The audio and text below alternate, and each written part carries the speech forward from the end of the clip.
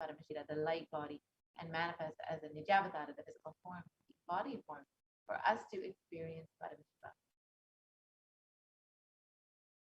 For example, Devi Parashakti expresses through the being of Rajarateshwari and manifests as the Nijavatara, the physical form of Devi Meenakshi. And the Archavatara, the deity, reflects the consciousness and manifestation being of the superconscious energy. But human beings are not mature enough to receive these higher level experiences directly from the Archavatara. So the avatar, the physical embodied form, comes down to bridge the gap and creates the experience of the superconscious energy in all of us. And the Bhavasmati Darshan awakens your Kundalini Shakti, which is the latent potential energy in every human being. This influx of superconscious energy visibly slows down the aging process and improves immunity to disease. And during the darshan, the whole brain comes alive, turning into a superconductor of conscious energy that heals, empowers, and transforms our lives. And during the Bhavasmati darshan, our neurons mirror that of the avatar. The mirror neurons activate and process all the observed movements of the avatar just by seeing. That is, the entire body can silently and without moving receive what is happening elsewhere through a process of direct observation, experiencing the superconscious energy radiated by the avatar. The Akashic readings are not predictions, they are readings from the cosmic archive. Beyond space, creation and destruction happen simultaneously, and in the dimension of time starts the past, present, and future. And because Akashic records are stored in the Akasha, the space dimension, there is no past, present, and future. That is why what you call as happening, yet to happen, are clearly already recorded.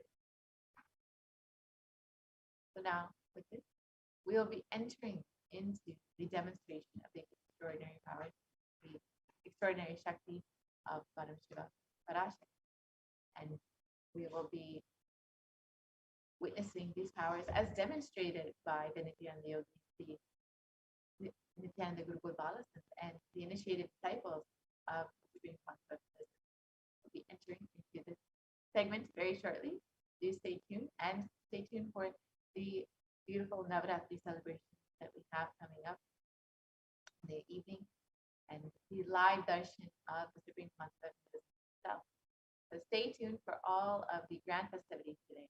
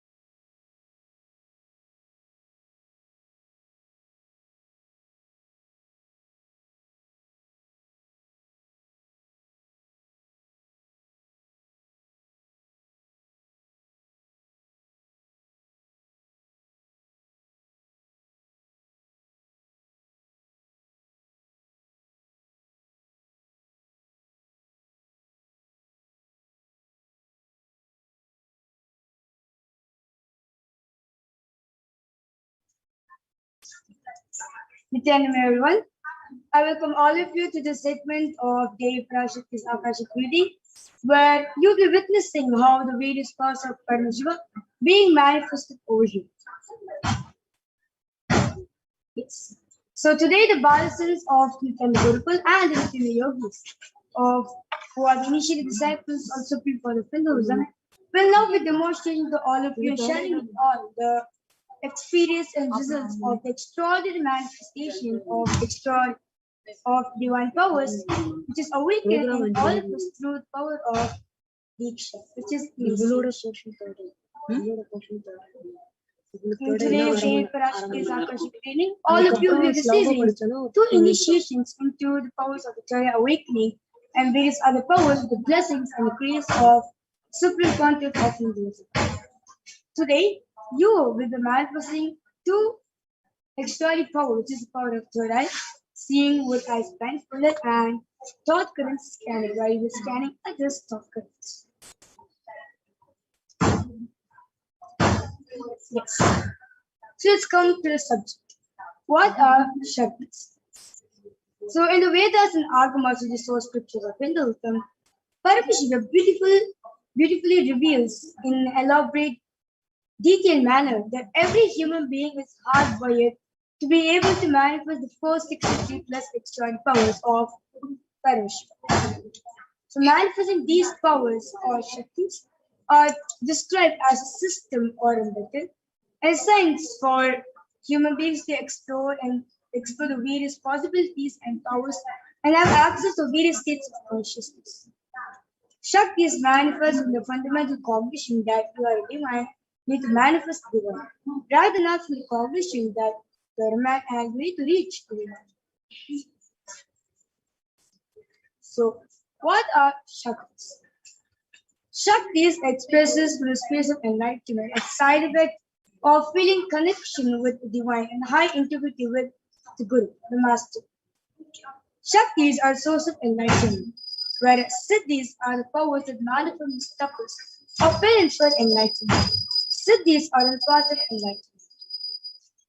Shaktis manifest in ordinary human beings in an external way, right after initiation from avatar, whereas Siddhis may divert from enlightenment itself. Shaktis are permanent, whereas Siddhis are not permanent.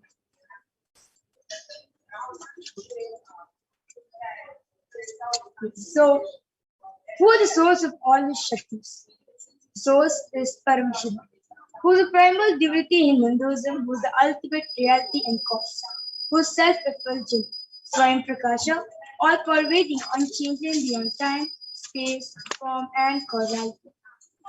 As a fundamental base of Avyakta, the unmanifest existence, and Vyakta, the manifest existence, he performs the Panchakritya, or the 5 cosmic acts of Srishti, creation, Sthiti, sovereign rulership and maintenance, Samhara, rejuvenation, Trabhava, pulling out of delusion, and Nugraha, the breaking grace, all living entities in the multiverse. So the avatar of Paramashiva was none other than the supreme point of Hinduism, Jagat Guru Mahasanidhanam. His divine holiness, Bhagwan Nithyananda Paramashivam, is the 1000th living incarnation and representative of Paramashiva, and the reviver of Kailasa, which is the ancient enlightened Hindu civilization formation, the great cosmic godless revelation. Ever since the beginning of the civilization, the Sanatana Hindu Dharma, which is Hinduism, has been a cradle for the enlightened beings and highly advanced sciences. It was where the sense of enlightenment and powers was lived and taught as a lifestyle for each and every one of us in our daily lives. For the first time in modern day, the Supreme Court of Hinduism is reviving these yogic sciences and transferring it to the world at a record-breaking, never accomplished ever before. So you can see the Guru Parampara, how the science of power manifestation, the knowledge of these sciences has been transmitted through from one generation to the next through the power of initiation or Diksha by the enlightened ones. So Swamiji being recognized as his incarnation at a very young age was trained and taught into these sciences so that he can revive and initiate millions to these knowledge and a process for billions to manifest the science of power manifestation from the discipline of Vedanta, Tantra, Sri Vidya, Yoga, Yogic powers, Mantra Shastra, Siddha Vidya, science of Aushara, Advaita, Bhakti Yoga, Paramashivoham, and ultimately Paramashivoham. All of us will be having this question: how do you awaken this divine powers in all of us? Well, it is as easy. This is just an initiation from another, where every ultimate truth, jnana, mapped into your consciousness, which is prajna, manifests as a power and possibility of every being, which is prajna. So now we'll be watching a short clip on what exactly is Diksha. Diksha, look for mantra just by word and a word. So let's now watch a short clip on what exactly is Diksha and what are its various parts.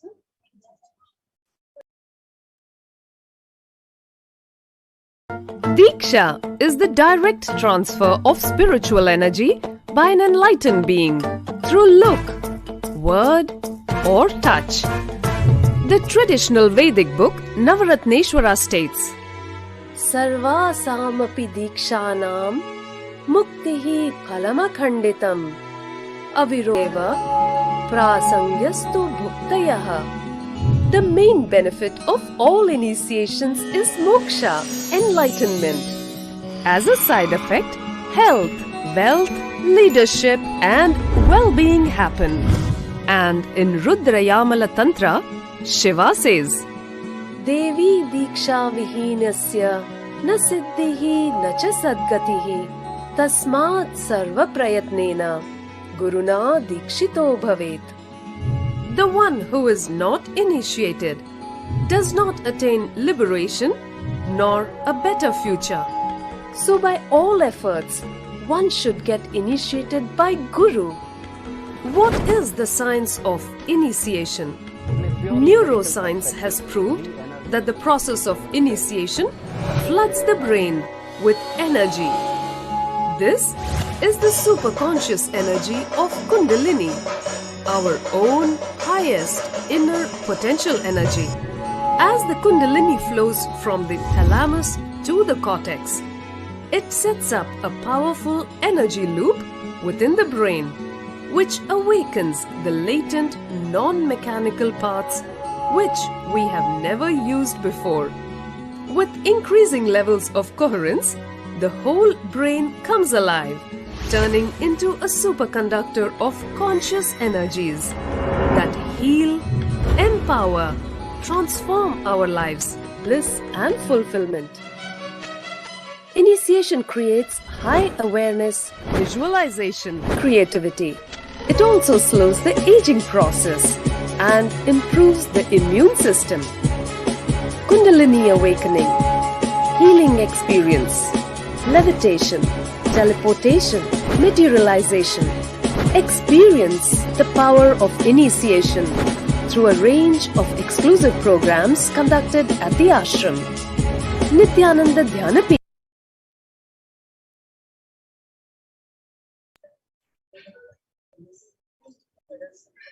Yes. Yes, so the science of manifestation is authenticated through four aspects of evidence or pramanas in Hinduism. So first is the Shastra Pramana, which is the eternal unchangeable truths revealed in the soul scriptures, the Vedas and the Agamas. And second is the Apta Pramana, the experience and results of Aptas or the saints, the Vedic rishis, who time tested and verified this science of power manifestation. And next is the Atma Pramana, supreme point of Hinduism's personal experience of the power manifestation science. And last is the Pratyaksha Pramana, the empirical evidence or the scientific observation and done on the science of power manifestation. So you'll be wondering what are the Vedas and the Agamas. So Vedas and Agamas are the applied living science. So Vedas are the ultimate superior authoritative truths as explained very detailedly. And agamas are the scriptures where the applied technology, the applied science is expanded. So Vedas and Vedagamas are given the status of Shruti. As they directly revealed by Paramashiva, they are the ultimate, eternal, unchangeable truths. So a reference taken from these source scriptures is called the Shastra Pramana or the scripture reference. So let's now get ready to witness a live, unique, and exciting demonstration of the power of today. So today all of you will be demonstrating two extraordinary powers, where first power will be seeing the power of seeing through the third eye, and second you will be seeing the power of body scan. So let's now listen to the Shastra Pramana for the power of third eye reading, which comes from Vijnana Bharatantra, Sutra 34. कपालान्तर्मनोन्यसा तिष्ठन्मीलितलोचनः क्रमेण मनसोधाद्यात् लक्ष्ये लक्ष्यमुत्तमम्. The translation goes, by fixing the mind on the inner space within the crown center and sitting stably without any movement, having the eyes closed in succession, by that stability of the mind and inner space, through the power of the third eye, one directly sees the ultimate goal Laksham by having the vision beyond the sight that reveals any object or place, attaining the space of oneness with the source Paramashivoham. And the next is the Apta Pramana, where this Apta Pramana is taken from the Srimad Bhagavad Gita, chapter 11, verse 8, where Bhagavan Shri Krishna beautifully says to Arjuna, Natu mam shakyase drashtum anenaiva sa chakshusha divyam dadami te chakshuhu pashyame yogameshwaram. The translation goes, but you cannot see my cosmic form with these physical eyes of yours. Therefore I grant you the divine third eye. Behold my cosmic opulence. In the Hindu Purana Srimad Bhagavad Gita, Bhagavan Shri Krishna teaches Arjuna the power of third eye to behold Shri Krishna's Vishnu Darshan, which is cosmic form of Bhagavan Shri Krishna. In the 11th chapter of Bhagavad Gita, which contains the detailed description of Bhagavan Shri Krishna's cosmic form, is completely narrated by Arjuna as he sees Bhagavan Shri Krishna through the third eye. Inside and outside broke. The first experience is that I was able to see everything around me, above me, the whole 360 degree, 10 direction, below me, everything. I realized not only I was able to see, I was able to feel, experience. I felt that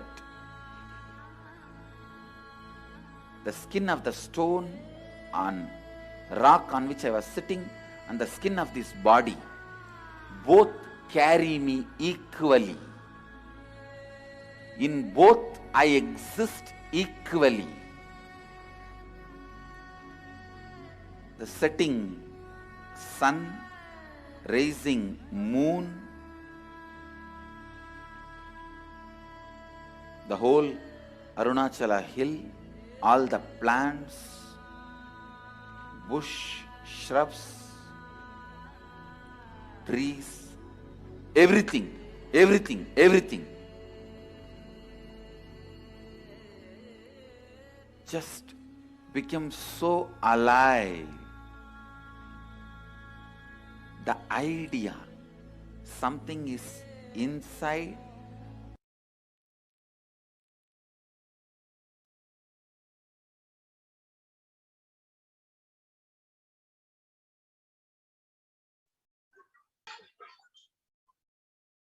And yes, next is the Pratyaksha Pramana, the empirical evidence done, the scientific experimentation done on the science of power manifestation. So the study measures and compares the metabolic cell activity of the brain in conscious and meditative states using the positive emission tomography, the PET. So you can see over here this picture of Swamiji. So they did the test on him. So they concluded that when he was doing the daily activities, high activity is measured in the brain where the third eye is located, and when Swamiji is in deep state of samadhi, only the third eye region is active and alive, and almost 90% of the brain is at peace. So let's now witness a live Sakshi Pramana done for the power of what? Done for the power of third eye reading, done by the Balasan of Nithyananda Paramashivam after a short.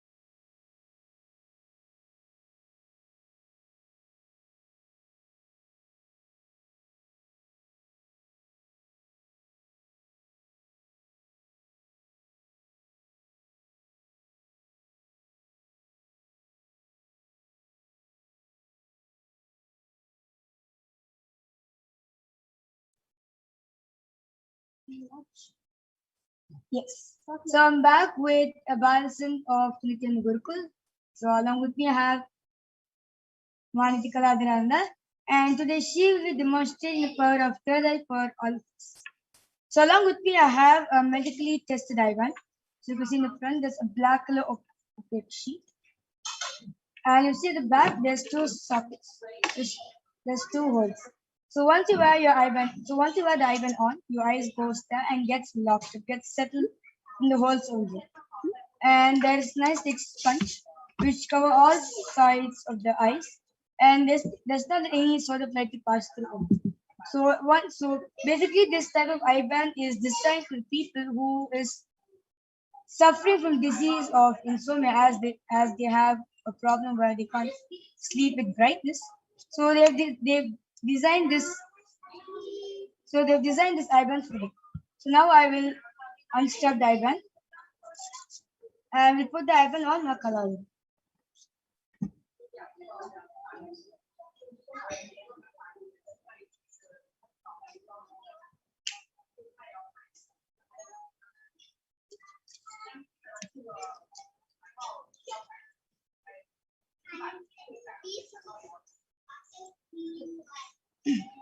Makaladar, are you comfortable?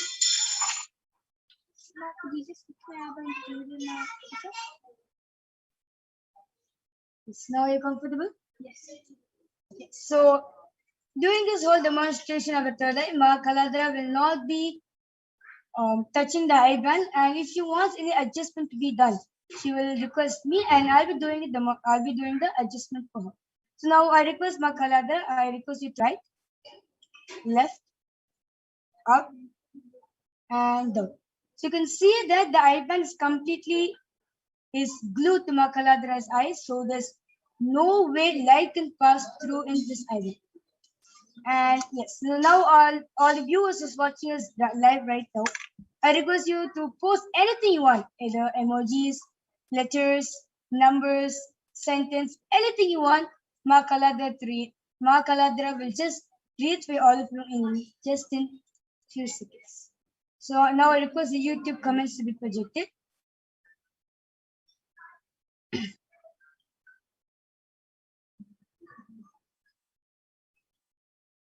Ma Kaladra, you can go ahead. Yes, the latest comment is from Kailas as MAJAWITMAJER.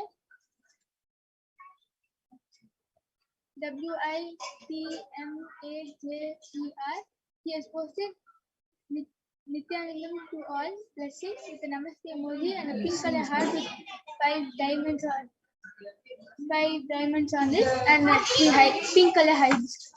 Wow, wonderful. Yes. And the previous comment is from Nithyananda Dev, and he has posted Om Nithyananda Paramashivoham. And the previous comment and the comment before Nithyananda Dev is from CRISPIANESILDA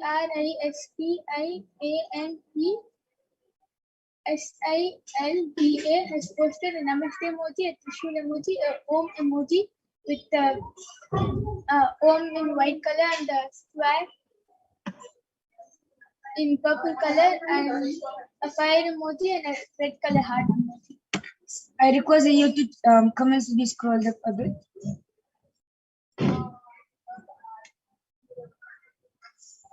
And the previous comment is also from the same person, and she has posted Om Nithyananda Paramashivoham with the namaste emoji and a red color heart emoji. Wow, wonderful. So all of you witness how the power of God has been manifested. And now I'll be unstrapping the ribbon from Makaladra. And you can see that the ribbon is still the same. No changes happen. And yes. So with this, we'll be moving ahead to the next power, which is the power of body scanning after a short break. So all the viewers in the meanwhile, if you want a body scanning, I request all of you to go to YouTube channel and post a comment that you want a body scanning, and the yogis will be doing a body scanning for you. Yes.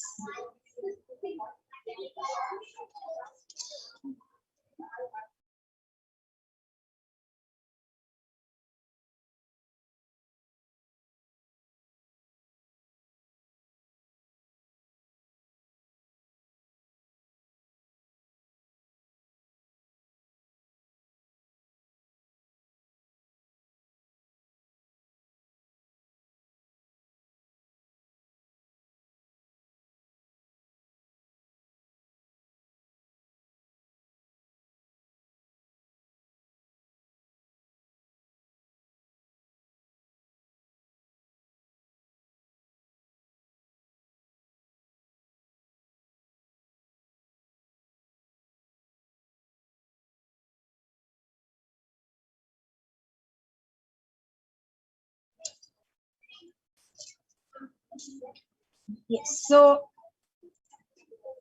in this power of body scanning, so the initially disciples of the Supreme Path of Hinduism will have the ability to scan and reveal all of you the illnesses, diseases, medically diagnosed issues, and provide you the solutions through that awakened product. So listen to the Shastra Pramana for the power of body scanning, which is taken from the Vijnana Tantra, Sutra 54. स्वदेहे जगतो वापि सूक्ष्म सूक्ष्मतराणि च तत्त्वानि यानि निलयं ध्यात्वान्ते व्यज्यते para. The translation goes, cognizance deeply from the subtle to subtlest constitutive principles of your whole body, Swadeha, or of the whole universe, simultaneously consists of the essential reality. They are being absorbed in the source called Paramashiva.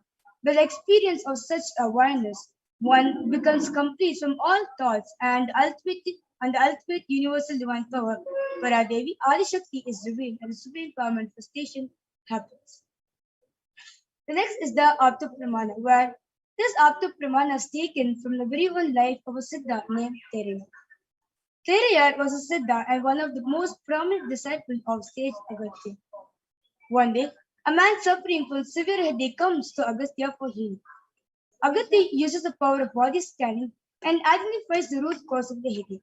He reveals there's a small tip of tere, a type of rock, which is sitting in the person's brain. Agastya immediately instructs Thereya, his disciple, to perform an open surgery and remove the frog. After surgery is completed successfully, the person is healed and cured of the headache, and thus the disciple gained the name Thereya. And next is the Atma Pramana, where Swamiji uses this power of body scanning in his very own life when he had the multiple compound hand fracture. He was forced to go for surgery and therefore medical checkup to the future. At that time, they detected heavy metal quantity in. It was revealed that I had been poisoned without our knowledge. Swamiji immediately used diagnostic method instead of medical facilities to study the body condition due to the poisoning. Through the power of body scanning, Swamiji found out what the problems, imbalances had happened and why the balance has to be there. He used allopathy as a second opinion to verify his findings. And last is the Sakshya Pramana, where various disciples who've been initiated in this power of body scanning have been manifesting this power in their day-to-day life and could see a tremendous transformation in their life after manifesting the power of body scanning. And let us now witness a live demonstration done by Nithyananda yogis and the Basins of Nithyananda Gurukul of the power of body scanning after a short break. I'll be right back in a few minutes.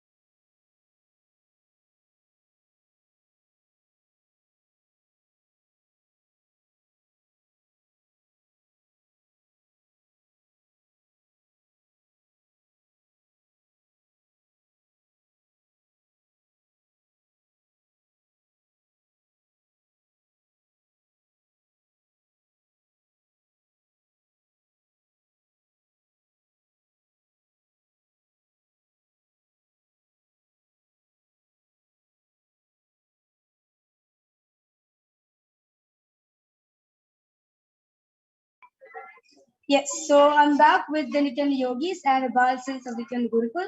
Now request the Nithyananda Yogis to introduce themselves. Nithyananda, my name is Ma Paramapriyananda. Nithyananda, my name is Mani Jeshananda. Nithyananda, my name is Mani Jeshananda. So today all three of them will be demonstrating the power of body scanning for all of you. So now I request the comment section to be projected. Yes. So Kailasa's Maja with nature has requesting a body scanning. Thank you. Yes, so Ma Vijesha will be doing body scanning for you. And Vikrant Wag has posted, can you please remove disturbing thoughts from my mind and heal my insomnia? Yes, so Ma Parmapriya will be doing for you, Aya.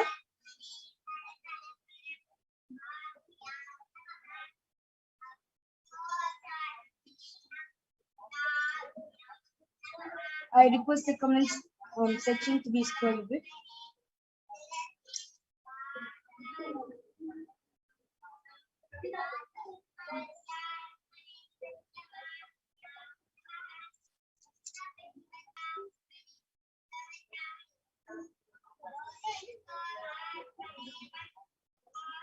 Okay, so meanwhile, both the Nithyananda Yogis do the body scanning for the participants. I'd like to ask a question to Majesha. So Majesha, how do you feel like when you do this power of body scan? First of all, manifesting powers are really amazing. It's something unheard of. Yeah. Like you all might have, you all know. Like it's just shown in the movies, yeah. Yeah. So it's something that only superhumans or heroes possess, but we being in Italy also have these powers. And it's really amazing to have these powers. Number one, it's about how reviving Hinduism back, how ancient people, ancient Hinduism, how people lived in that kind of an enlightened ecosystem where they were self-sufficient in all aspects, from their lifestyle and manifesting powers, and they just had it all, right? Yeah. So reviving that back is another great thing, and at the same time, Swamiji initiating millions across the globe to manifest his powers is also another great thing.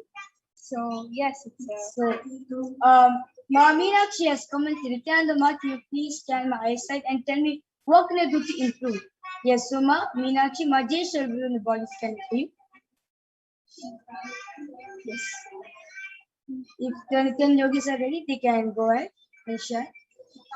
Nithyananda, I was doing a body scan for Vikrant Bhag. Aya, this is for you. Swamiji revealed through the third eye that all your disturbing thoughts are only because you have a lot of time with you, and that is why these thoughts are coming. If you are passionate and involved in some work, especially Swamiji's work, if you are involved in any other work, you will obviously have the thoughts related to that work. But if you are completely involved in Swamiji's work, some project from that is meant for Kailasa, that is to build an ecosystem or something like that, then not only will your thoughts come down, but you will be completely healed from all the mind problems. Your dreams, your insomnia, your feeling of anxiety, all of these will come down drastically, and you will not even remember that you have these if you are able to take on Swamiji's work. That is the blessing Swamiji has given you through the third area. Yes. Yes, Mahavijish, would like to go ahead? I did the body scan for Kailasha's Maja with major. This is what Paramashivoham revealed to me today. Number one, there is a lot of instability and indecisiveness in the way you are functioning in life. And I see a lot of strain that is happening with the shoulder, the neck, and the back region. And Paramashivoham gave this as a solution. He said that you have to spend time in grounding yourself with Mother Nature. Spending time outside will really give that completion, to give that stability within you, and also to start with being a little bit more physical and being a little bit more active in what you're doing, because I see a little bit of unwanted fat that is getting stored in your body, and just with this you'll be able to become more stable in life and be able to manifest everything that you want. Majesh, you can go ahead. So I did the body scanning for Ma Meenakshi, and what Paramashivoham revealed to my third eye is that why you have eyesight problems, because your eye nerves or veins are stressed. They are actually strained. So that's why whenever you have to put more effort in looking at something just near to you, right? It's always a little blurry because it's naturally strained and stressed, and you are also having glasses. So what Parameshwara revealed is that first of all, you need to cool down that stress in your eyes. So doing wet cloth is recommended now. You have to wet a normal cotton cloth and you have to put it on your eyes for 20 minutes, and you have to do this every day to cool down your eyes, because it's always stressed. The veins are always stressed. That's why you're having these eyesight problems or not able to see properly near or far. You're always having this issue. And another thing Parameshwara revealed is that you can also start putting these eye drops called Elanir Kolambil. It is actually an Ayurvedic eye drops. It's called Elanir Kolambil. You can actually talk to your physician or whoever, your family doctor or any personal doctor you have, and you can start with that. That is something that naturally cools down your eye, at the same time gives you clarity to the vision. So this is what Parameshwara means. And also for Kailasa's Maja related, it's actually like you're saying we're not able to do long the Parameshwara revealed that there's a lot of difficulty in the bones. I think they're not being deflated properly.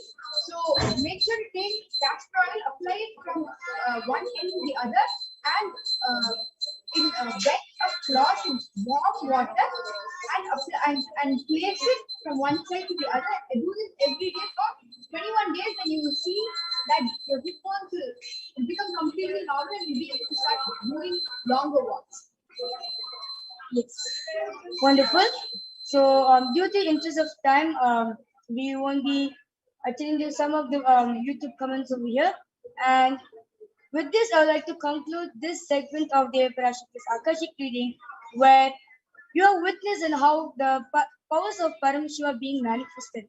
And do not worry, at the end of this program, you will be manifesting this same extraordinary powers of Paramashiva by yourself to others. So stay tuned for that. And with this, I would like to move on to the next segment, where you'll be learning on who is the Parashakti and what are her various qualities. Thank you, Nithyananda.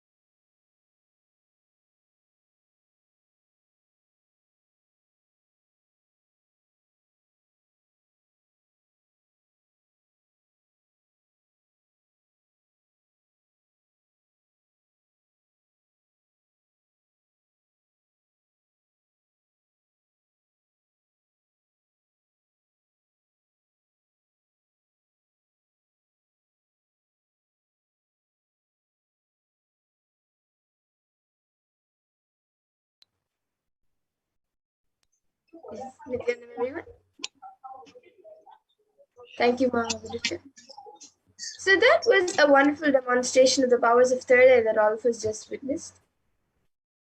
So let us now get into the next segment of this program, where all of us will be learning more about Devi Parashakti, and we will be learning how the world is today and the way forward, and how Devi Parashakti is taking care of us during this prayer.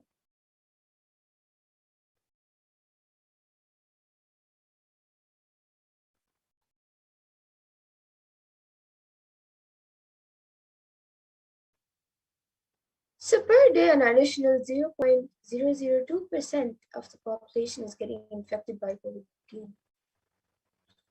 And the facts are the total confirmed COVID-19 cases is 233 million, which is 3% of the world as of 554 CES on the 1st of October 2021, including 4 million confirmed cases.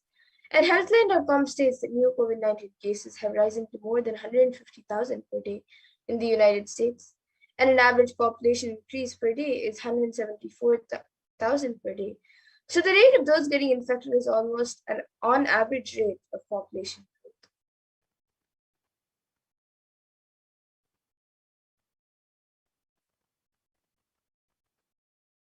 And the total confirmed COVID-19 cases is 3% of the population and is rising daily at all times. Vaccination not being known as a solution or available at any timeline for the world. And an average death per day is 126,500 at 0.562% of the world. And average deaths per day per year is 44 million and is growing each year. So if we say just for our understanding the population growth per day and death rate are moving at the same time, we are looking at human civilization to decline in the next 3 generations. And the situation needs a global solution that works across all national policies, as we have seen the pandemic affecting literally every country across the globe, whether you're in the Americas, Africa, Western Pacific, Southeast Asia, or anywhere in the world. So we need a global solution that works for everyone.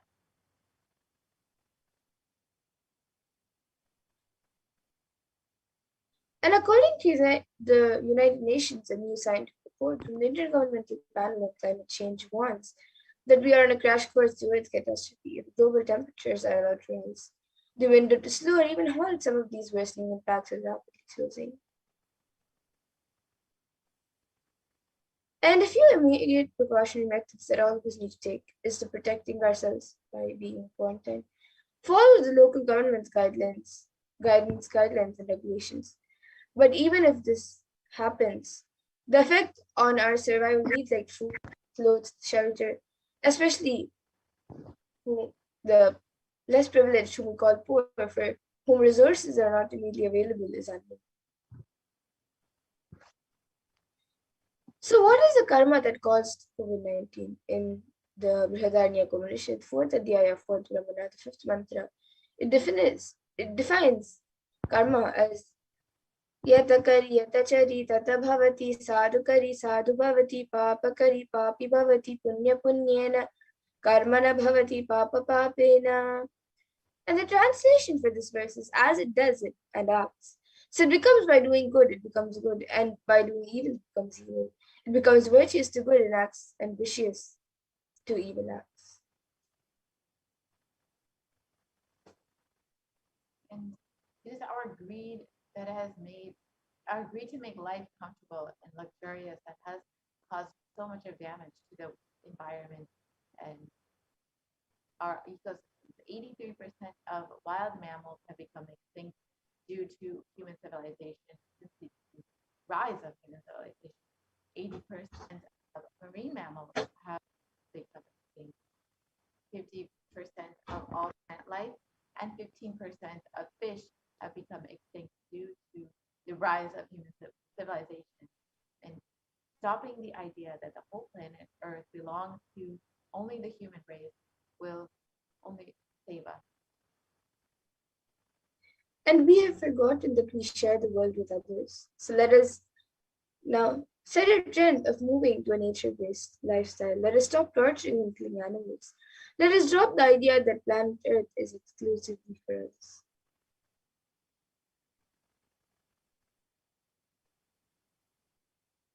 And so much natural resources are used for creating meat-based products such as beef, sheep, pork. Around 15,000 liters of water, fresh water, is needed to create 1 kg of beef in Australia, in comparison to plant-based foods like lentils, which require less than 5,000 liters of water to create 1 kg of food.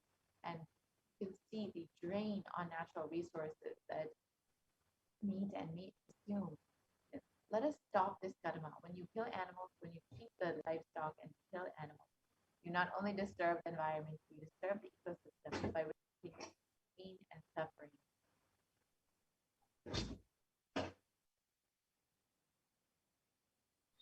And as per Hinduism, the purpose of the world, the primary principle of the universe is let us all coexist and celebrate our life. Ahimsa Paramo Dharma. Non-violence is the ultimate natural law of life.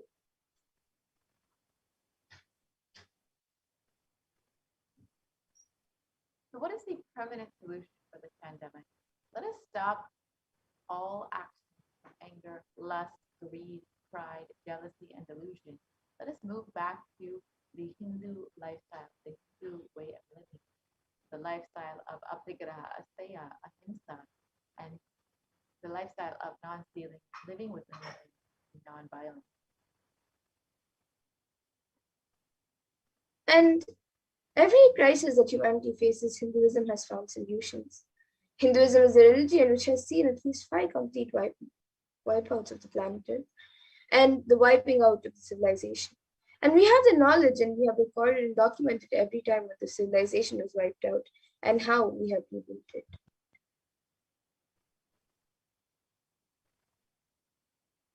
Bhagavan Vishnu incarnated to bring the Vedas and Agamas back from the.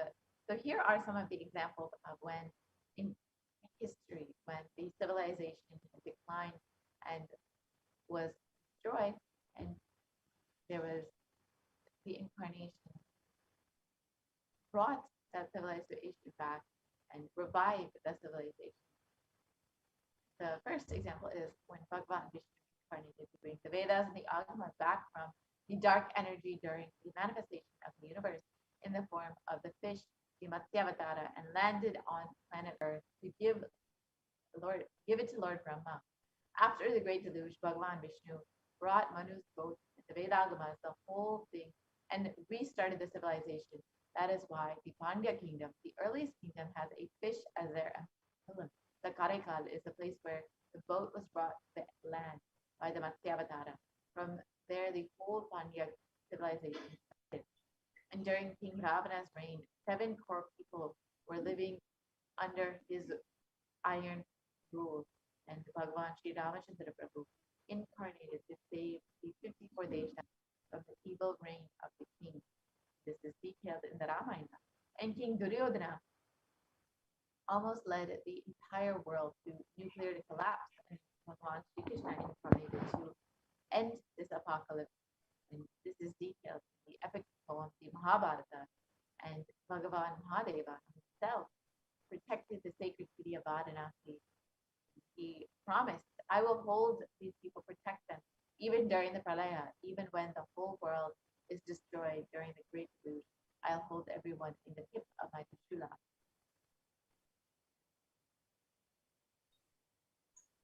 And in the Upanishads, the rishis celebrate the happening of the incarnations who come down to liberate people from crisis. So in the Taittiriya Upanishad, chapter 3, Bhrigavali, section 10, the rishis sing and dance in the ecstasy of the enlightenment and Kundalini awakening. And they chant, Havu, Havu, Havu, Ahamannam, Ahamannam, Ahamannam, Ahamannado, Ahamannado, Ahamannadaha.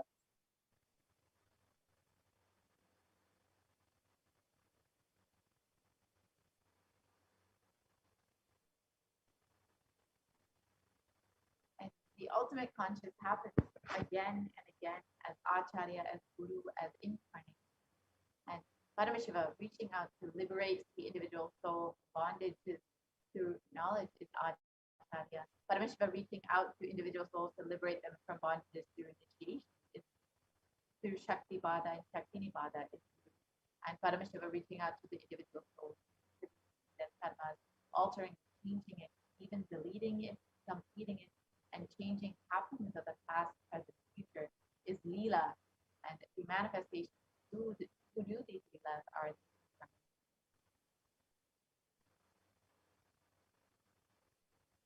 And in the Bhagavad Gita, Bhagavan Krishna also promises, Yada yada hi dharmasya glane bhavati bharata, abhyutanam dharmasya tadatmam, which means whenever there is a decline in individual consciousness, the collective unconsciousness increases. To establish the righteousness of the eternal consciousness, the science of eternal bliss, Dharma samstapanarthaya, I myself appear, millennium after millennium, sambhavami.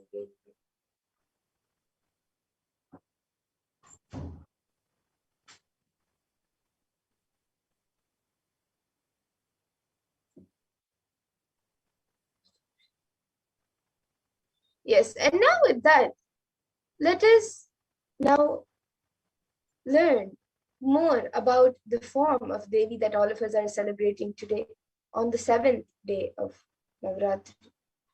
So we are celebrating the form of Devi Lakshmi, Devi Mahalakshmi. So let us learn more about this form of Devi Parashakti.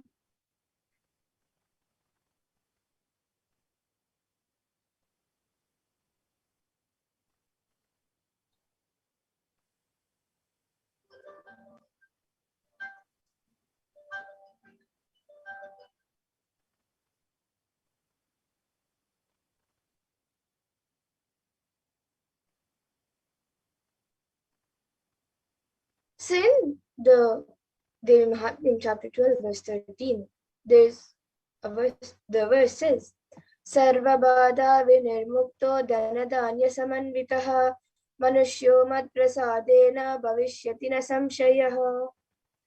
And the translation is, Mata says that man will be free from all barriers with my offerings and will be full of money, grain, and children. There's no doubt in this.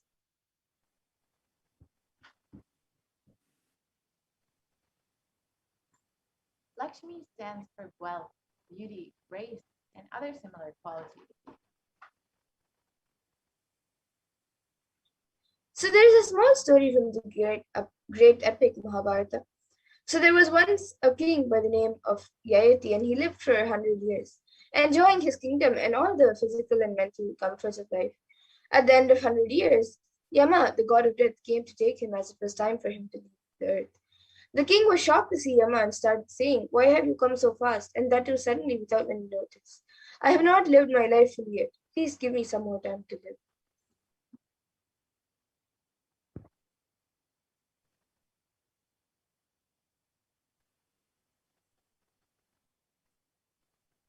You can move to the next slide, please.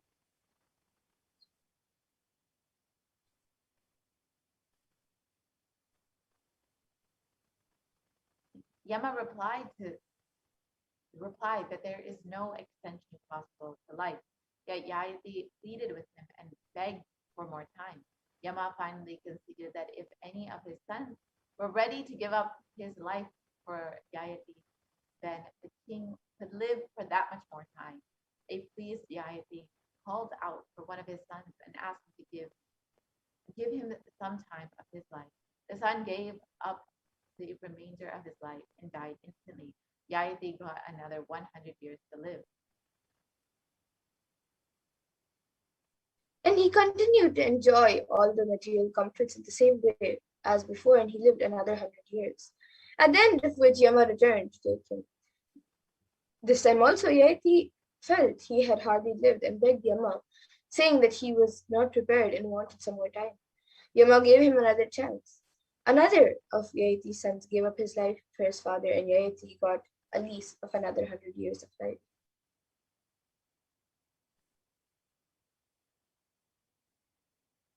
Now, after Yayati enjoyed the next 100 years, Yama came back to take him.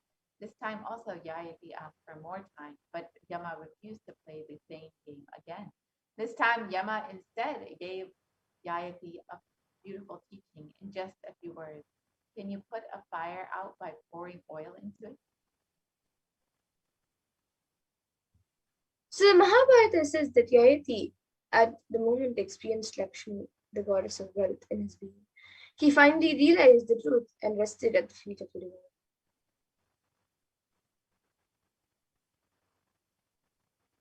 This is a small but wonderful story that we need to understand the underlying meaning of. Lakshmi is not the quantity of life, she is the quality of life. Most of us think that having Lakshmi in life means having lots of possessions like cars, house, good bank balance, etc. Masters, however, interpret Lakshmi in a totally different way. They say that Lakshmi is actually the quality of your life, your mind, and not the quantity of or number of things you have.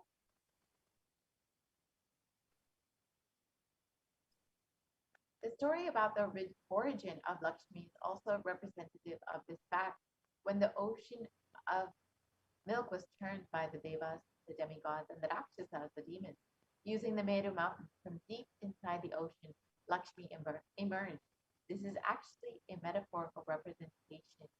When the milk ocean of the mind is turned by the mountain of pure awareness, it raises the quality of your life in the form of Lakshmi.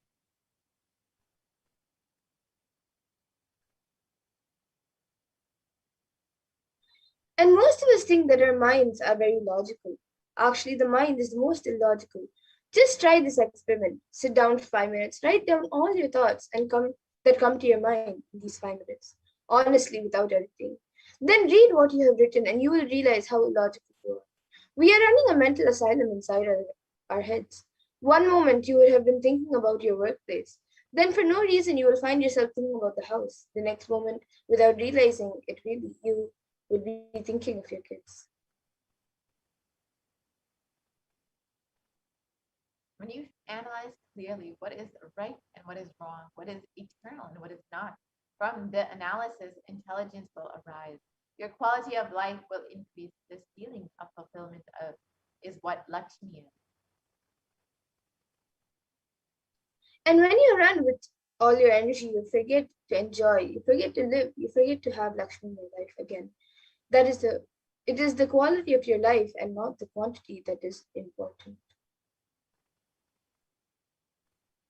Your attitude decides your life. With the right attitude, you are showered with more and more things.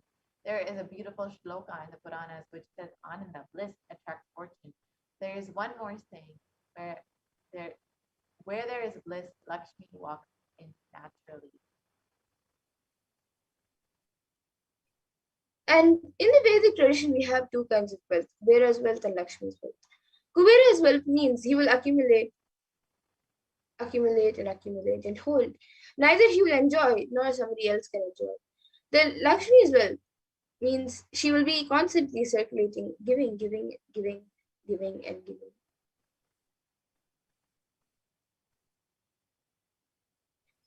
And the very word Lakshmi in Sanskrit means increasing the TQ. When you increase the TQ with the same house, you will feel more comfortable.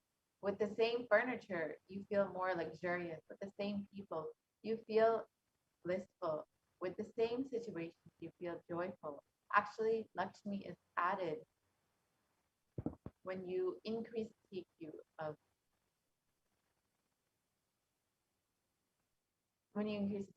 of course, because of your right decision making, wealth will also be added. The moment TQ becomes big, your car becomes big, your bungalow becomes big, your life becomes big, everything becomes big because of your decision making power, because of your clarity. That's true. Apart from that, your being, your Lakshimitva, the quality of being Lakshmi, the capacity to enjoy the energy of the wealth consciousness will just increase. Increasing the TQ is what I call creating affluence. And Yaksha means who possesses wealth, but neither enjoys nor let others enjoy. Lakshmi means who keeps currency moving, who enjoys and lets others enjoy.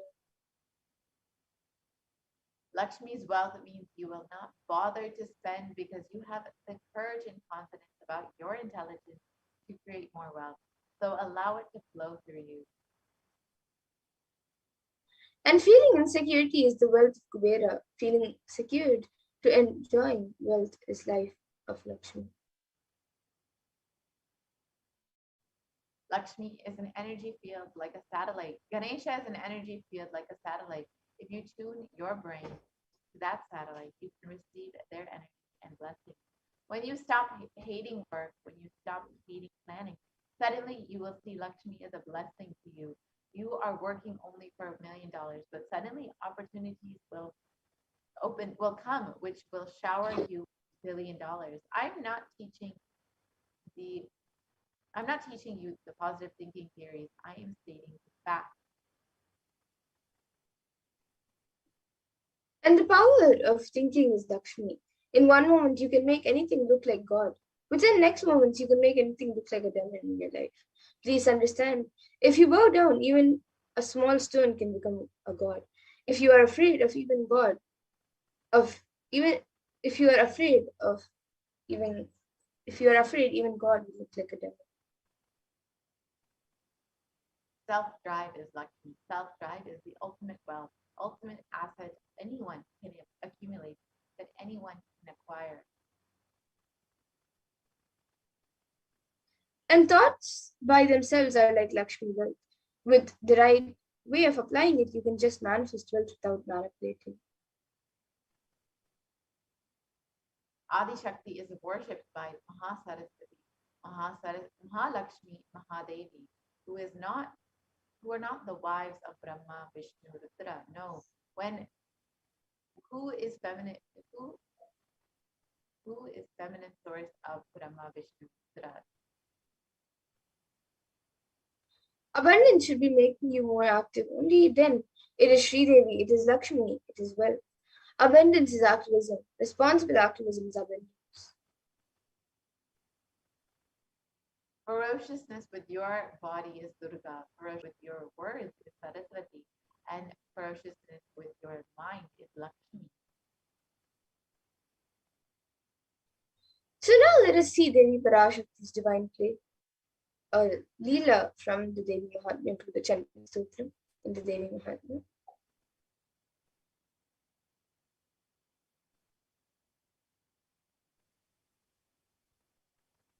In the Devi Mahatmya, various aspects of the human mind are depicted as demons, which come to war with Devi Parashakti's representation.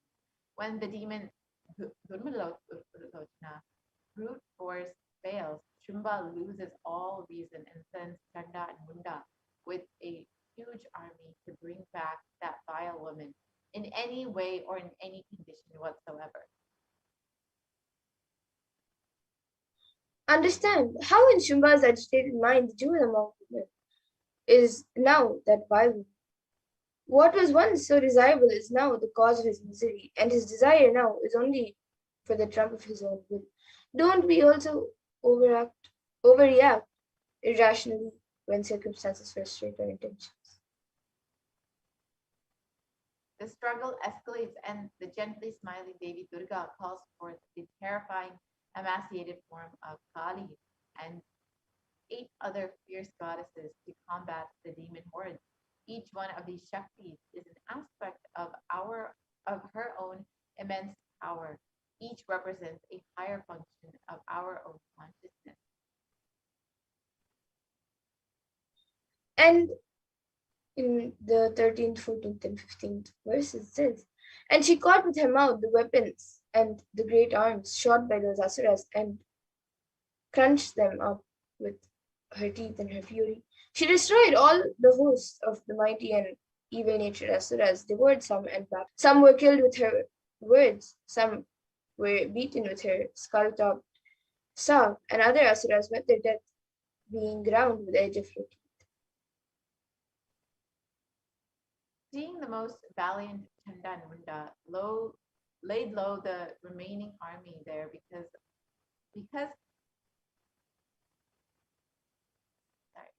seeing the most valiant Chanda and Munda laid low, the remaining army there became panicky and fled in all directions. And Kali, holding the heads of Chanda and Munda in her hands, approached Chandika and said, her words mingled with very loud laughter, here, I have brought you the heads of Chanda and Munda as 2 great animal offerings in this sacrifice of battle. Shumba and Nishumba, you shall yourself slay. The Rishi continued on. Thereupon, seeing those asuras Chanda and Munda brought to her, the auspicious Chandika said to Kali these playful words, because you have brought me both Chanda and Munda, O you Devi, shall be famed in the world by the name Chamundu. Here ends the 7th chapter called The Slaying of Chanda and Munda of Devi Mahatmya and Markandeya Purana during the period of Savarni, the Manu.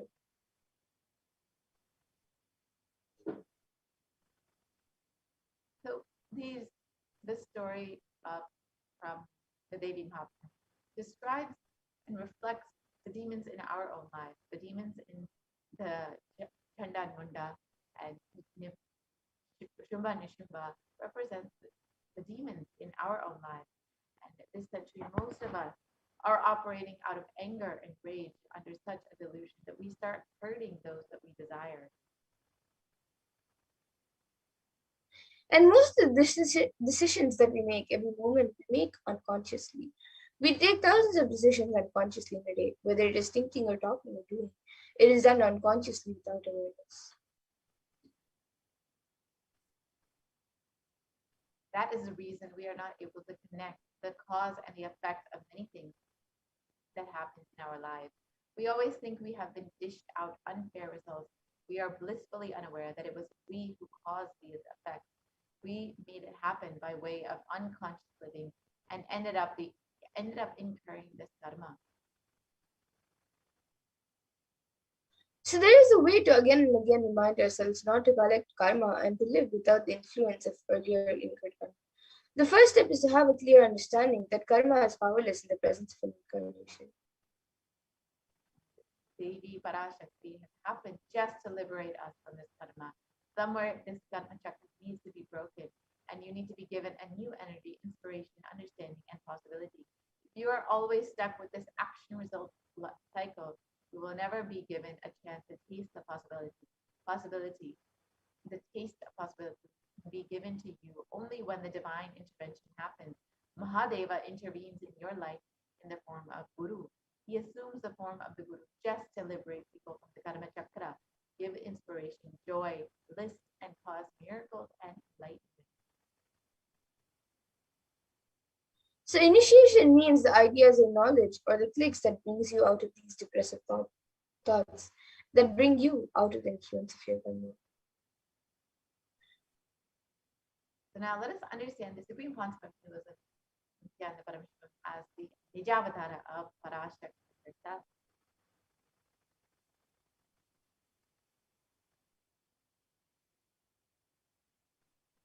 So the Kailasana of the Shyamala Peetham Zar and sacred lineage of pontiffs has been systematically carried over with an unbroken progression from ages. The chosen emissaries of Bhagavan Paramashiva and Devi, who are the Guru Mahasannidhanams of Kailasana of the Shyamala Peetham, are the direct representatives of the cosmos.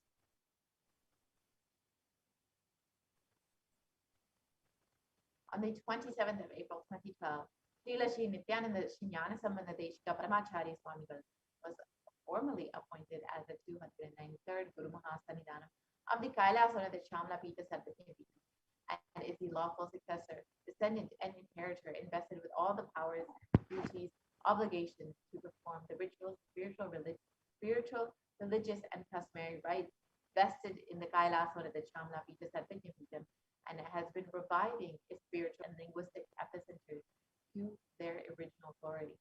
So now let's watch a short history of the Kailasana of the Shyamala Peetham, the Madurai Adinam, which was revived by Devi Meenakshi and Bhagavan Sundareshwara.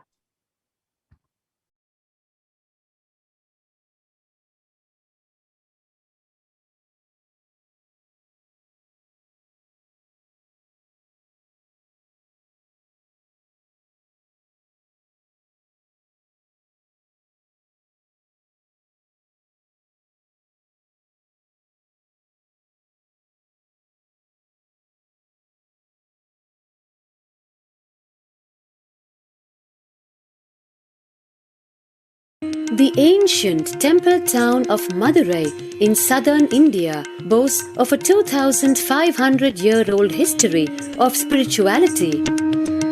Historians trace Madurai's existence back to the 3rd century BC, making it one of the oldest continuously inhabited cities of the world.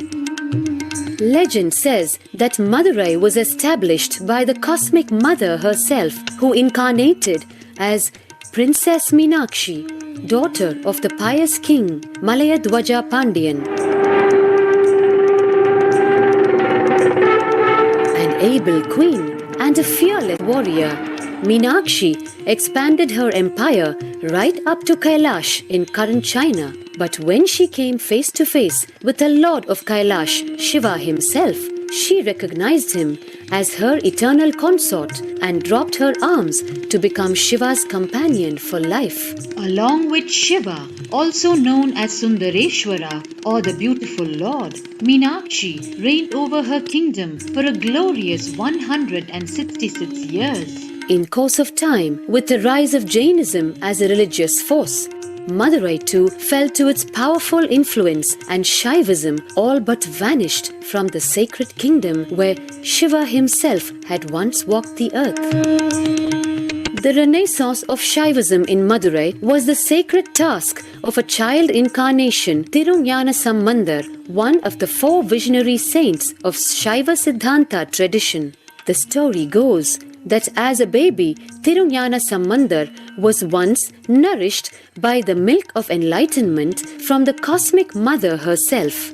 This child prodigy arrived in Madurai to effortlessly defeat the learned Jain monks with his wisdom, healing powers, and spiritual prowess, and restored Madurai to her beloved religion, Shaivism, by reviving the ancient Madurai Adinam and the Meenakshi temple, which had fallen to desolate ruin. Madurai Adinam is today the world's oldest living Hindu organization, with a recorded history alone spanning a glorious 1,500 years and an unbroken lineage of illustrious pontiffs to this very day. Over the centuries, Madurai Adinam has been patronized by the likes of Tipu Sultan, Robert Nobili, and the poet saint Vallalar. The pontiff of the Madurai Adinam is known by the title Guru Mahasannidhanam and inherits the responsibility of carrying forward the traditions of Tirunjana Sambandar's sacred work.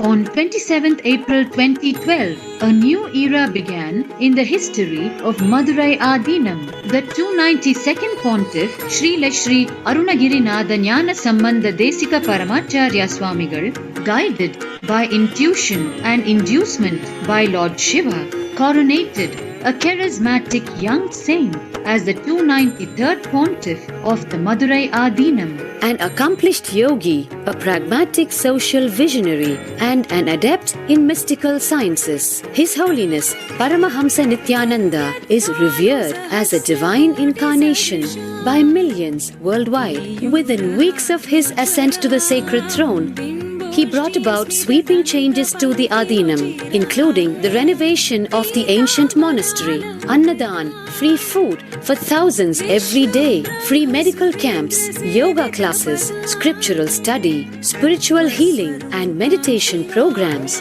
The traditional Adinam now has a website, and thousands participate in the morning worship and spiritual talks via live streaming and two-way video conferencing.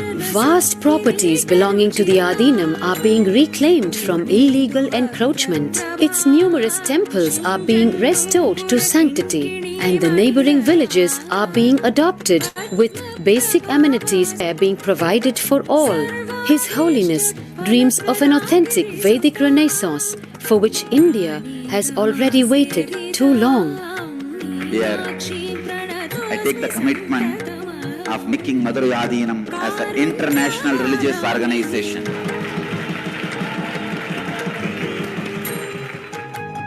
We will fulfill all the responsibilities of Madurai Adinam, make Hindu tradition, Saiva tradition alive, revived, lived, celebrated all over the world. With a brand new pontiff at its helm, Madurai Adinam promises to be more than just another traditional monastery, as a whole generation turns to spirituality for answers. The changes at Madurai Adinam mirror the changing role of spiritual organizations today as power centers and guiding forces, forging the enlightened government of the new world.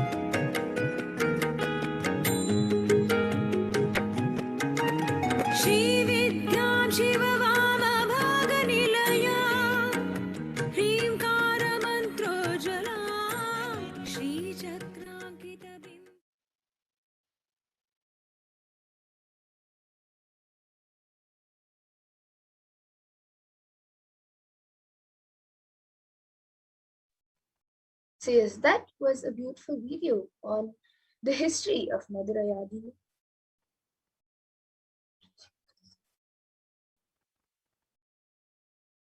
So let us now see many more things that the Supreme Point of Hinduism has contributed to the world.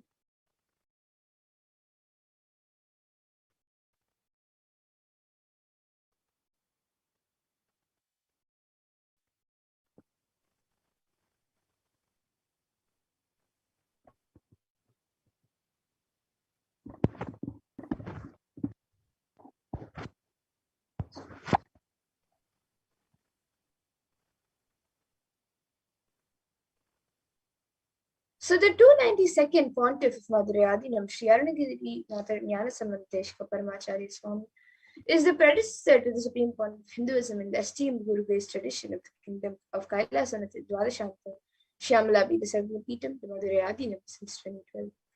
And in the 292nd Guru Mahasanidhanam had actually had the divine vision of Lord Shiva and Devi Meenakshi, who both instructed him to coronate the avatar as his successor, the 293rd Guru Mahasanidhanam.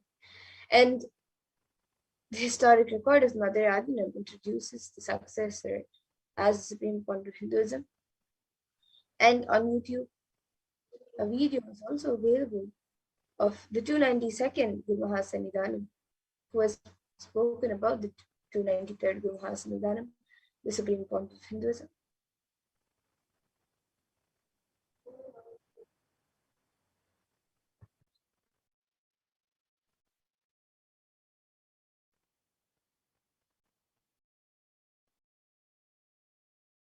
And here you can see the Supreme Pontiff of Hinduism being coronated as the 293rd Jagat Guru Mahasanidhanam of the Kailasanatha Shyamalabi Sarvapitham.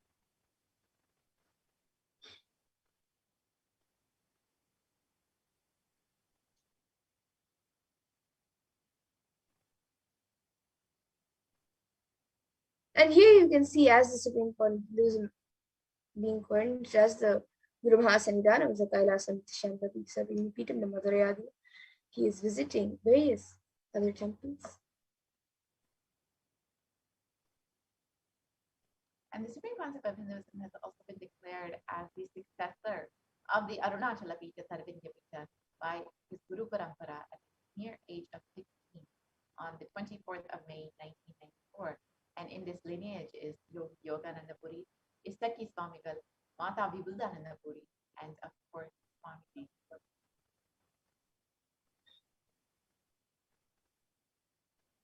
And the Supreme Pontiff of Hinduism founded the mission of Nithyananda Sangha to revive Kailasa internationally at the age of 21 in 1999.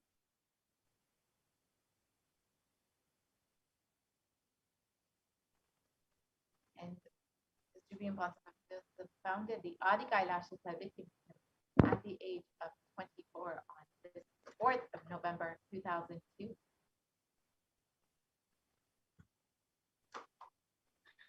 And the Supreme Pontiff of Hinduism was declared as the successor of Bhagyanagara Sri Sarvapitham at the age of 26 on the 1st of January 2004.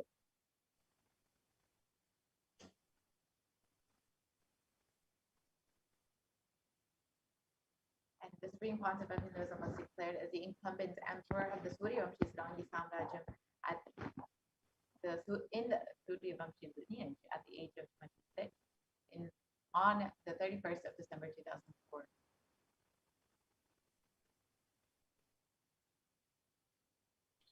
And the Supreme Pontiff of Hinduism is the reviver of the Adi Pallava Sarvapitham at the age of 29 in 2007. And the Supreme Pontiff of Hinduism has been coronated as the successor of the Kashi Sarvapitham at the age of 30 in 2008.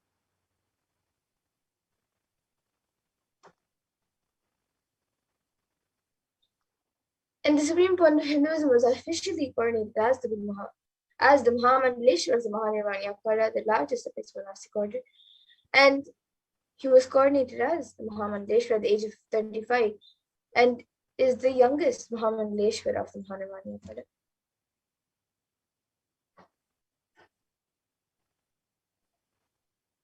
And the Supreme Pontiff of Hinduism has been declared honored as the Acharya Mahamandaleshwara of the Atilakada, the oldest monastic order in Hinduism, by the Acharya Mahamandaleshwara Devanandaji, and then the then incumbent emperor or spiritual head at the age of 35.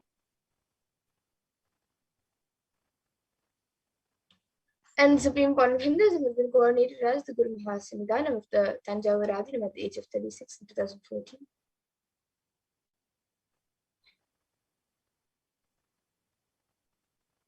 And Supreme Panchapaptism has been coronated as the Guru Mahasannidhanam of the Tirupavur Adinam at the age of 36 in 2014. And the Supreme Court of Hinduism has been coordinated as the Guru Mahasannidhanam of the Vedaranam Adinam at the age of 36 in 2014. And the Supreme Panchapaptism has been coronated as the Guru Mahasannidhanam of the Dharma Mukti Sparigapura Adinam at the age of 37.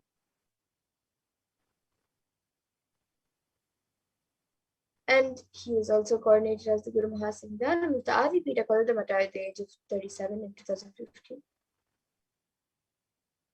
The Supreme Panchapaptism has been elected as the Supreme Panchapaptism by a congregation of over 1,000 Hindu pontiffs leaders at the age of 36. You can see the Supreme Panchapaptism being coronated as the Supreme Panchapaptism.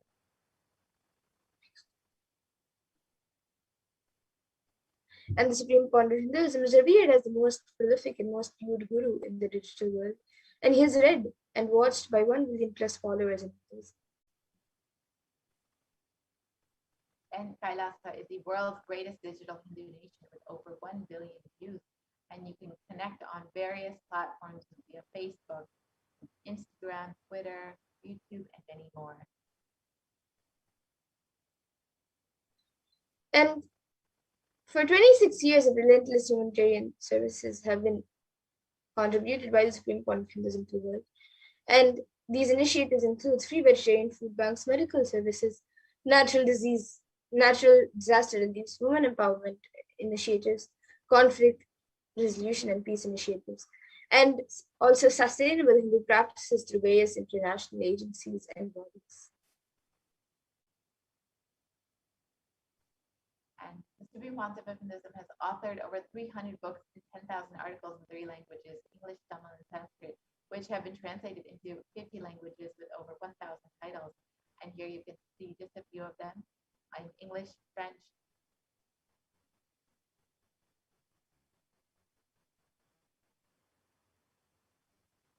Here you can see Tamil and Spanish as well. And over 20 million copies of books and articles have been sold, read, and downloaded by millions around the world.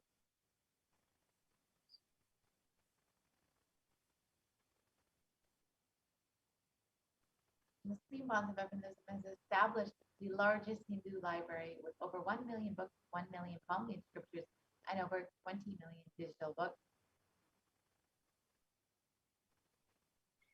And the Supreme Court of Hinduism has given over 10,000 hours of discourses with over 1 billion views on social media.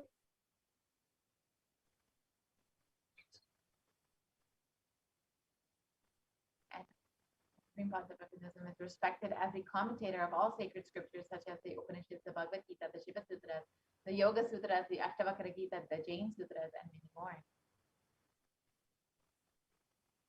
And the Supreme Court of Hinduism has been honored as leader of Hinduism, the most awarded internationally recognized Hindu leader. And the Supreme Panchapaptism is acclaimed as one of the top 100 spiritually influential personalities, living personalities by Watkins Mind, Body, Spirit magazine. And the Supreme Court of Hinduism is the reviver of the sovereign order of Kailasa led by the Supreme Court of Hinduism, Bhagavan Nithyananda Paramashivam, and the Nithyananda order of monks, nuns, and the Hindu diaspora are working for global peace and to give a superconscious breakthrough to humanity. And Supreme Panchapaptism is the establisher of the largest Hindu library in the world with satellite campuses in over 150 countries. And He is also the establisher of 1,000+ Kailas and enlightenment ecosystems. And is the Supreme Pontiff of Buddhism is the founder and reviver of over 107 Vedas. And various heads of many akhadas and mats have recognized Supreme Pontiff Hinduism as a divine being and as an incarnation of Paramashivoham. And the late Mahant Narendra Vijay Maharaj, the president of the largest apex body of Hinduism, the Akhila Bharatiya Akada Parishad, the group of 13 akhadas and over 2 crore sadhus monks in India, welcomes the Supreme Pontiff of Hinduism, Jagadguru Mahasatyananda Bhagavan Nithyananda Paramashivam, as one day the Supreme Pontiff of Hinduism, Bhagavan Nithyananda Paramashivam, Swamiji, is going to be called the Vishwa Guru, the Guru of the whole world. He is going to be the spiritual guide for the world, and peace will spread in the whole world. People are not yet aware of the energy of Swamiji in reality. Swamiji is the Swarupa, the form of Bhagavan, God, and we are offering prayers not just to Guru, but to an embodiment of Bhagavan. I am sure that Swamiji must have done intense tapas in his childhood, and merged into God, as a result of which he is expressing this divine power of God.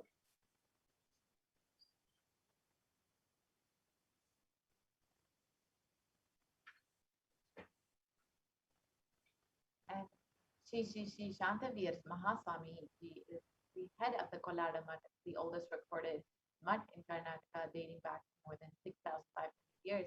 And he declared with his authority, whenever humanity falls into suffering and pain, Ishva, the divine himself, does austerity, tapas, for their upliftment. Ishva is the embodiment of the divine light.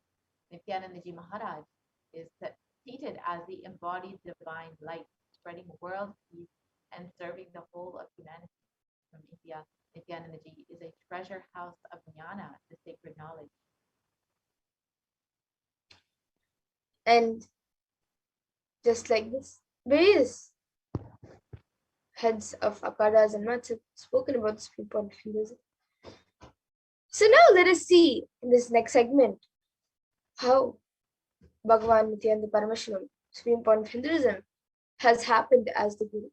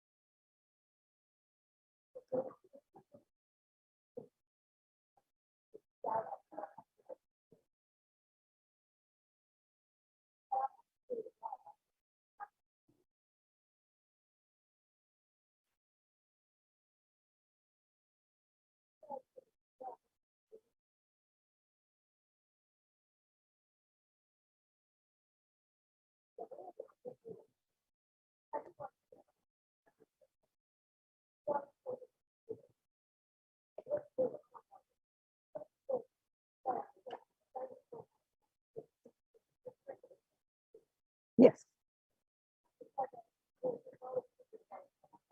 Now, let's understand.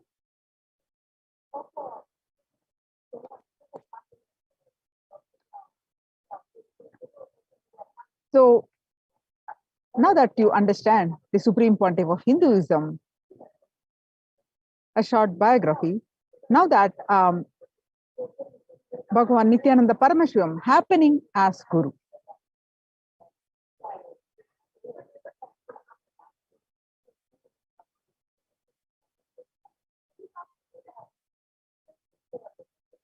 So there is no specific reason why you act the way you act. There is only one thing we know: the moment the decision comes, such as spontaneous energy is released in you, without even micro millisecond, the decision is executed. It becomes an action reality.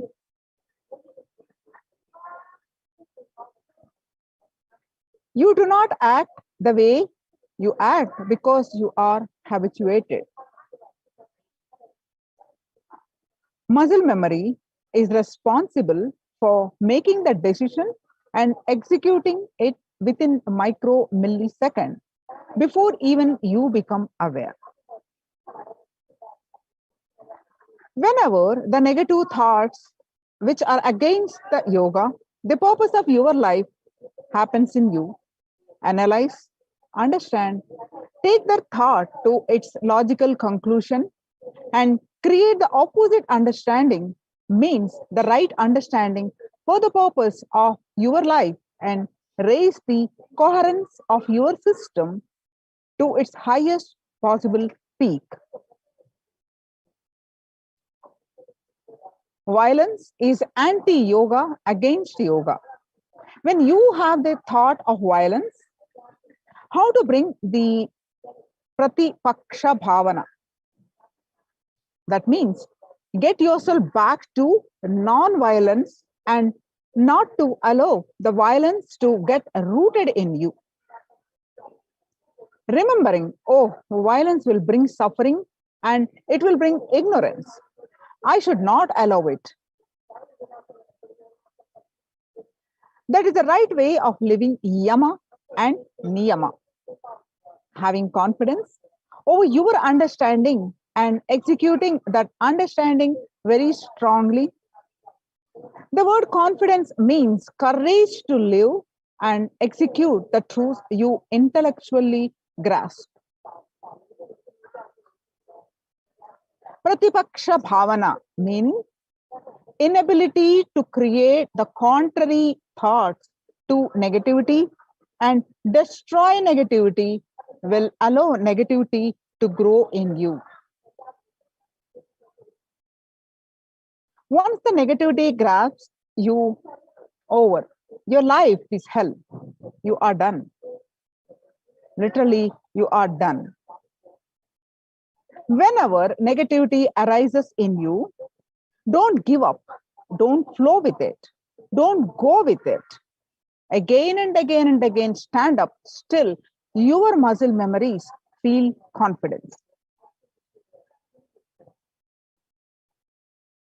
Ramana Maharshi says very beautifully that Ambula Kalvara Agattinil Pugumbudu Agattinilayo Arunachala. O Lord, when my five senses entered my house to rob me, where were you? Were you not in my inner space? So, when the negativity enters to rob you, immediately bring the security, the right understanding, right attitude against the negativity. Timing is very important. Timing immediately responding to your negativity. Catch the thief in right moment. The fear is nothing but the projection of negativity on the future possibility. It is not necessary you need to continuously project negativity or positivity on the future possibility. Simply seeing the future possibility without projecting negativity or positivity onto it is living prarabdha.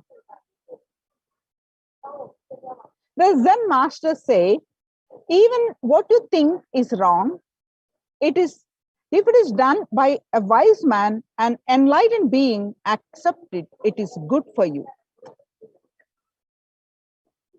The science gifted to humanity, this science gifted to humanity by the Supreme Pontiff of Hinduism on 17th December 2020.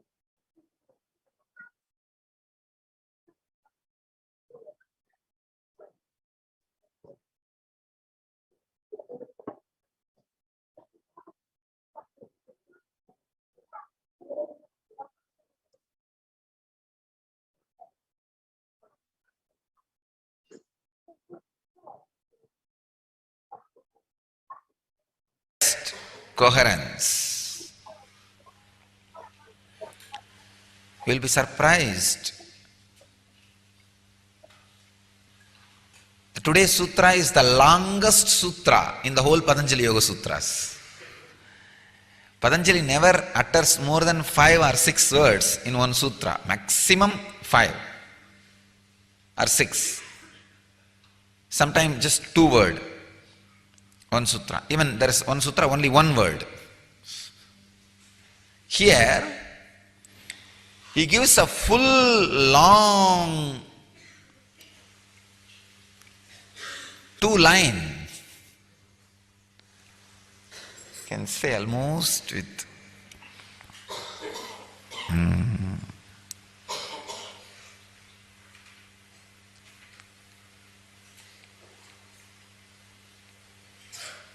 21 words.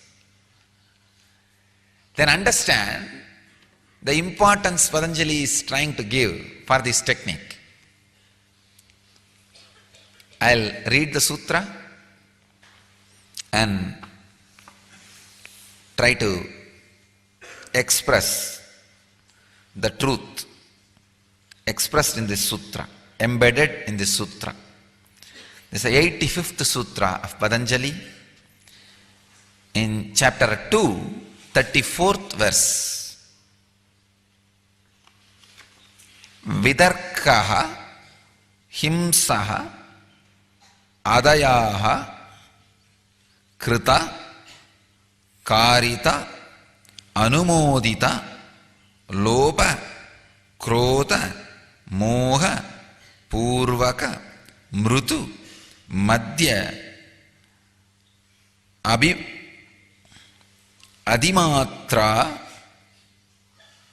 dukkha ajnana ananta phala idi pratipaksha bhavanam.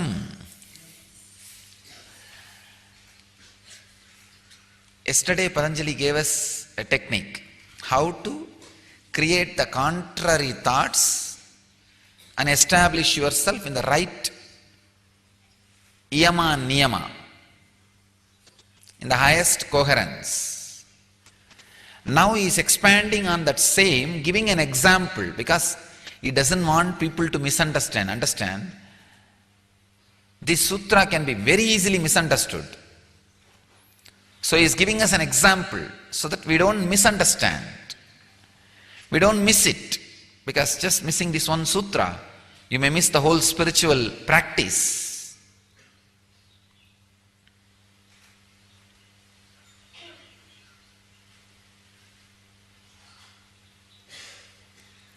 You need to have confidence over your understanding.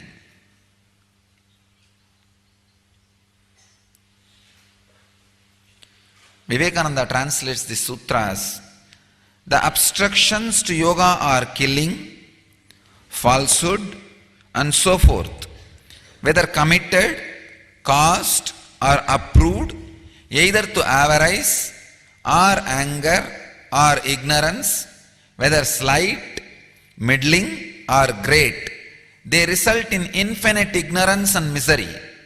This is the method of thinking the contrary. He is giving us the technique. Swami Prabhavananda translates as, the obstacles to yoga, such as acts of violence and untruth, may be directly created or indirectly caused or approved. They may be motivated by greed, anger, or self-interest. They may be small or moderate or great, but they never cease to result in pain and ignorance. One should overcome distracting thoughts by remembering this. Swami Sachidananda translates as, when negative thoughts or acts such as violence are caused to be done or even approved of, whether incited by greed, anger, or infatuation, whether indulged in with mild, medium, or extreme intensity, they are based on ignorance and bring certain pain. Reflecting thus is also pratipaksha bhavanam. Each translation, if you see, they are actually completely from different angle. This is the greatness of Vedic tradition. We give freedom. to interpret as per the understanding of an acharya. One funny thing, if you see, Swami Vivekananda translates this sutra in certain way. Swami Prabhavananda, who is disciple of Vivekananda, who belongs to Vivekananda Sampradaya, he translates this completely different way and has courage and guts to publish it, and people respect it. That is the amount of freedom we have. Understand? You can refute, alter, amend your guru's words. Vivekananda translates this as one way. Swami Prabhavananda belongs to the Ramakrishna order. Maybe after, I don't know, maybe 50 years of Vivekananda, he comes up with a new translation, sometime little slightly altered or even contrary. The greatness is, his translation is also accepted. In the same order publication publishes both books. That's the greatness of our tradition. Freedom of thinking, freedom of understanding, and freedom to raise the understanding to the next level. I'll try to experienced this sutra. Vidarka himsadaya krita karitanumodita lopa krodha moga purvaka mrutu madhyadimatra dukkha jnananta phala iti pratipaksha bhavanam.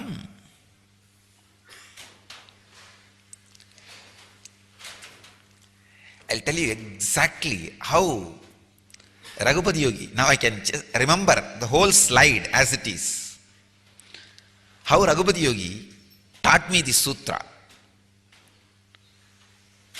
In Arunachaleshwara temple, place called Krittigai Mandapam, that was the stone mantapa where he used to teach me the yoga and yoga sutra.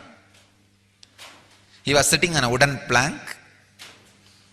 I was sitting on some 4 or 5 pillows because he was trying to make me levitate. That's the way he will do. He will put some 4 or 5 pillows on bed and I have to sit on that and I will have to continuously do the pranayam. Once I intensely do the pranayam and stabilize, do the kumbhaka, he will remove the pillows one by one. Then I have to be in the air. That is the way he will teach the levitation.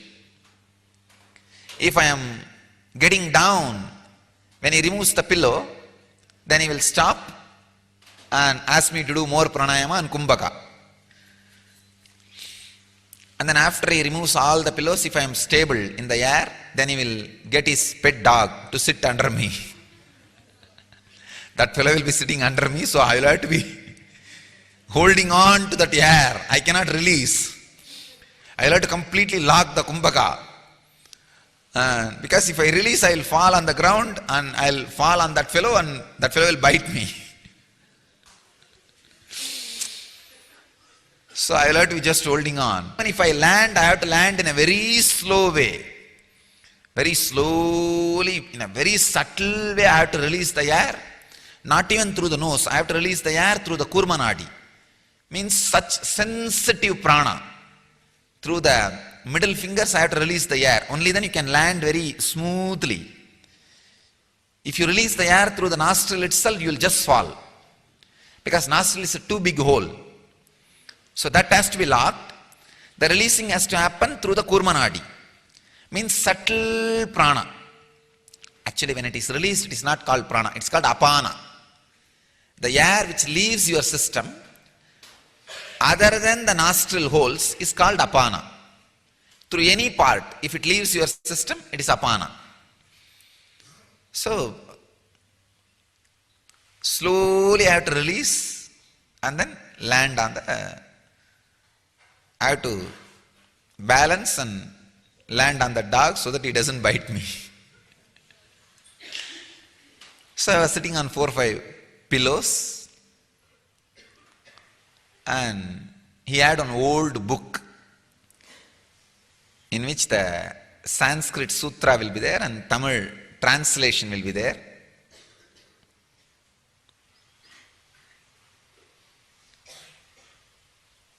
He read out the sutra. I was sitting and asked, what does it mean? And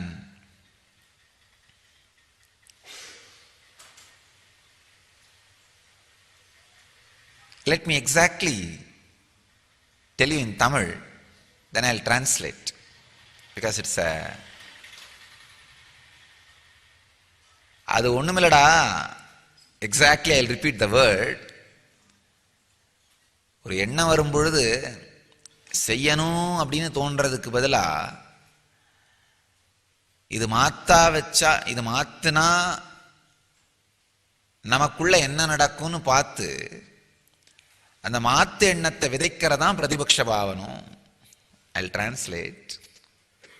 When a thought comes in you, without allowing the feeling that it should be executed, if you alter and put an alternative thought, establish that in you, is called Pratipaksha Bhavana. A very simple way he finished it. I'll explain. Step by step.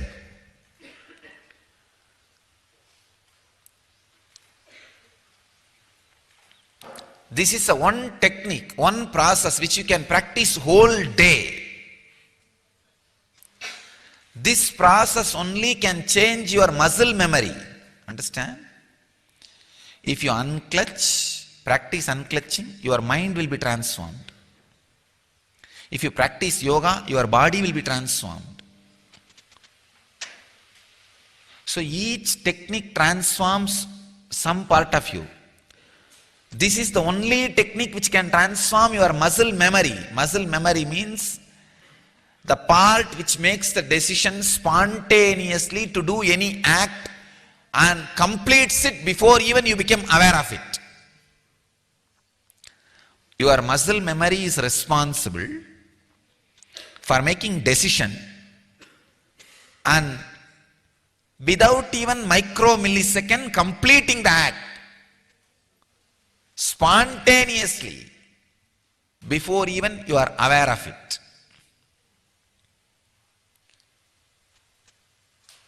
Please understand. As I was telling the other day, you do not act the way you act because you are habituated. No. You are trained. No. You have engraved memories. No.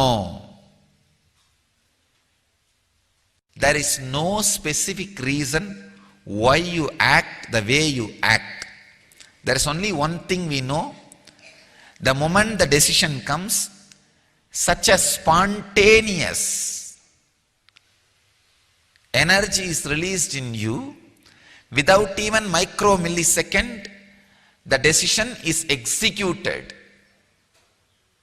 It becomes action, reality. See the funny thing. It's very funny and very difficult to understand. Grasping is such a difficult thing.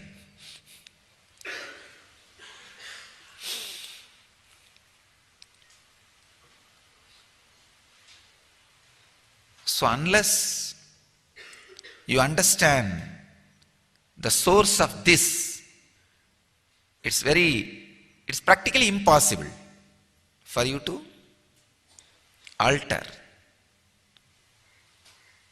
Muscle memory is responsible for making the decision and executing it within micro-millisecond before even you become aware.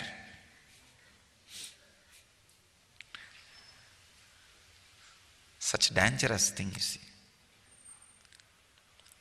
So the muscle memory need to be attended. This is the only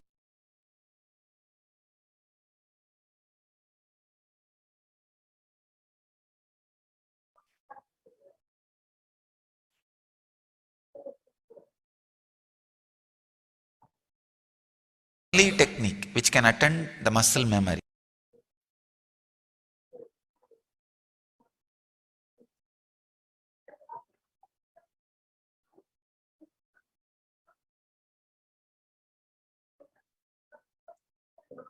Yes, now let us do few exercises. Look into yourself and see where you close the doors for possibility.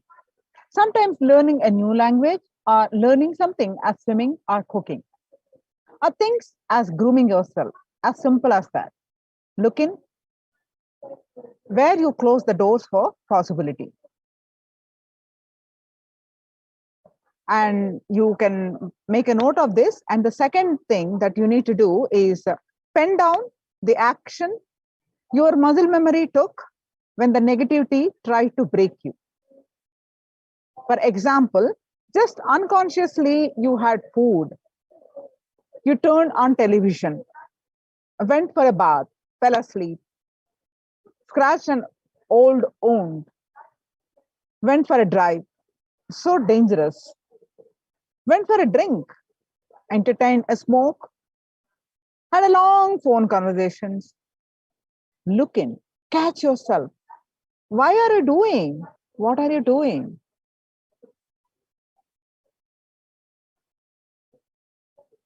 Let's break this negativity. Just I gave you some examples. Just pick up one action and look back in that exact moment. What was going through you? What emotion were you feeling? What words were you using for yourself? For example, it won't happen now. I missed deadline. I'm done. How often do you use these words for yourself? For example, when I do not meet my expectations, look in, catch yourself. Why are you doing? What are you then and there?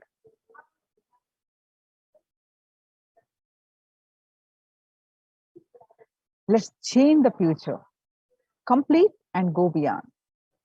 Just pick up one cognition, relive intensely the first time you worked out. Speak intensely to the Supreme Pontiff of Hinduism. Sit with his Atmurti and speak to him. Let the owns come out. Be free. Enrich to tell your friends that they might also be unconsciously addicted to certain habits that is stopping their possibility and impacting their health.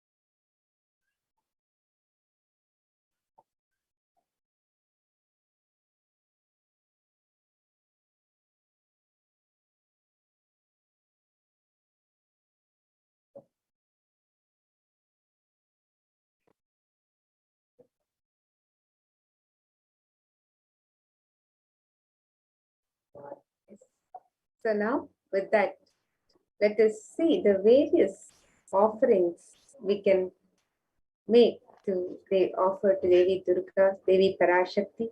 Today, as we celebrate the Navaratri, we have just had the Durga Prana Pratishtapana by the Supreme Pontiff of Hinduism himself in the Adi Kailasha Nithyananda Sarvagnya Pita, Nithyanandeshwara Paramashiva Devalaya.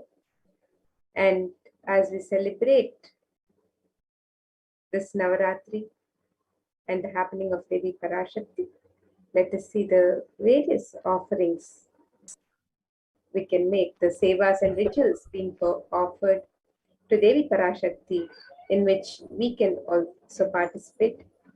These rituals are performed with the utmost integrity and authenticity to the agamic injunctions, and they are performed by third eye awakened beings initiated by the Supreme Pontiff of Hinduism himself, and with great intensity, authenticity, and the context of celebrating Devi. These rituals are offered in the sacred space of Adi Kailash Nithyananda Paramashivam. So let us now look at these various offerings and rituals that are being celebrated as we celebrate Devi.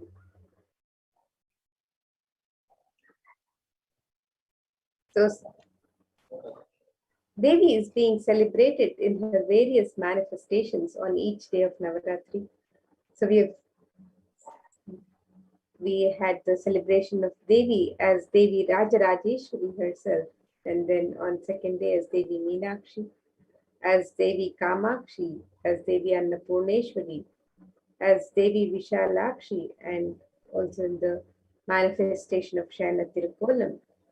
And today we are celebrating Devi as manifestation of Mahalakshmi, and the Durga Prana Pratishtapana is done. We are celebrating Durga Ashtami, and also the manifestation of Devi Saraswati.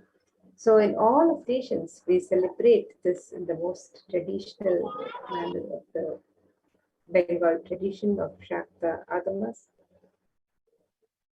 So these are the various sevas and rituals that you can participate during this time.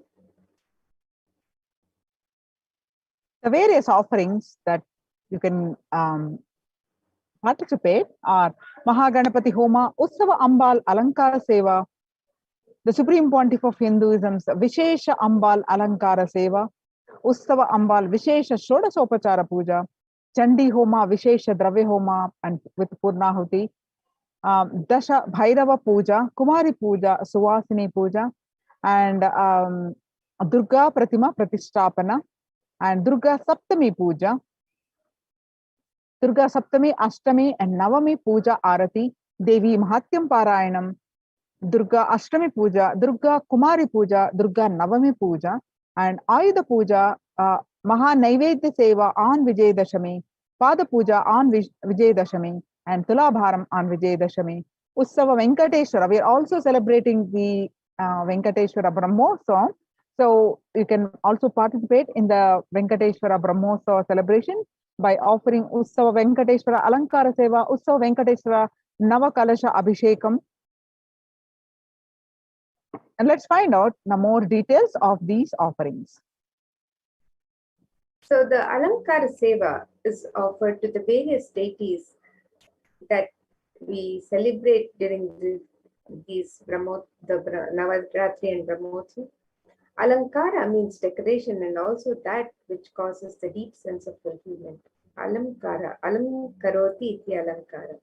So the Alankara Seva can be offered to the various deities, and this Seva is listed on the website www.kailasamailer.com/sevas, and you can sign up for any of the sevas and offerings on the website. The cost of this seva is $508. Next is the Utsava Ambal Alankara Seva. Every day, the Utsava Murti of Parashakti is decorated in her various different manifestations. Offering of the Alankara Seva to the deity of Parashakti bestows the deep fulfillment in life, thereby taking us closer to the Guru who liberates us from the cycle of birth and death. Utsava Ambal Alankara Seva is cost is $508.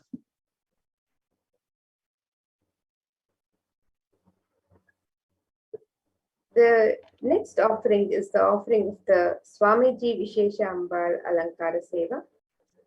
Every day, the Sachala Murti of the Supreme Pontiff of Hinduism in the Garbha Mandir of the Nithyananda Paramashivam Devalayam is decorated in the various manifestations of Parashakti Offering the Alankara Seva to the deity of the Supreme Pontiff of Hinduism bestows the deep fulfillment in life, thereby taking us closer to the Guru who liberates us from the cycle of birth and death. And you can make this offering of the Swamiji Vishesha Ambal Alankara Seva on the website www.kailasamailer.com/sevas. And during this time of Navaratri, Devi Paramashakti herself in the Devi Mahatmyam portion of the Markandeya Purana gives this boon to all the beings. She says, Ittam yada yada badha danavodha bhavishyati yaham karishyamyari sankshayam. The translation for this verse: whenever trouble arises due to the advent of the demons, I shall incarnate and destroy the foes. So this is Devi Durga's commitment to all the beings on planet Earth. This is her commitment, Devi Paramashakti's commitment to all the beings. So as we celebrate her this Navaratri, let us see the various other sevas and rituals that we can offer and participate. The Ussava Ambal Vishesha Shodashopachara Puja. The Ussavamurti of Parashakti is decorated in her various manifestations and is worshipped with 16 offerings that are favorite to Parashakti. As part of it, a simple Samputika Archana will be offered with the 108 names of her manifestations describing her divine qualities. Samputika Karana is a unique to the Shakta Sampradaya where two mantras are merged together to offer worship. A select verse from the Devi Mahatyam will be merged with the 108 names and the Archana is done. So the Ussava Ambal Vishesha Sodashopachara Puja is $1,008. The next seva is the Chandi Homa, Vishesha Dravya Homa and Purnahuti, which is offered every day of this Navaratri. And chanting of the Sanskrit mantras brings about the latent powers that exist within us. The Sanskrit mantras, when chanted by the power manifestors, the Dvijas, those who are reborn from the Shaktipada of Paramashiva, they manifest intense life-positive blessings, literally clearing the air through the fire ritual. We have to have the cosmic permission to invoke Chandika Parameshwari in the Agni and worship her while chanting the Devi Mahatmyam. The fire ritual demands the japam or incantation or chanting of Devi Mahatmyam to be repeated 10 times to bring a cosmic allowance to invoke the Chandi Devi in the Agni.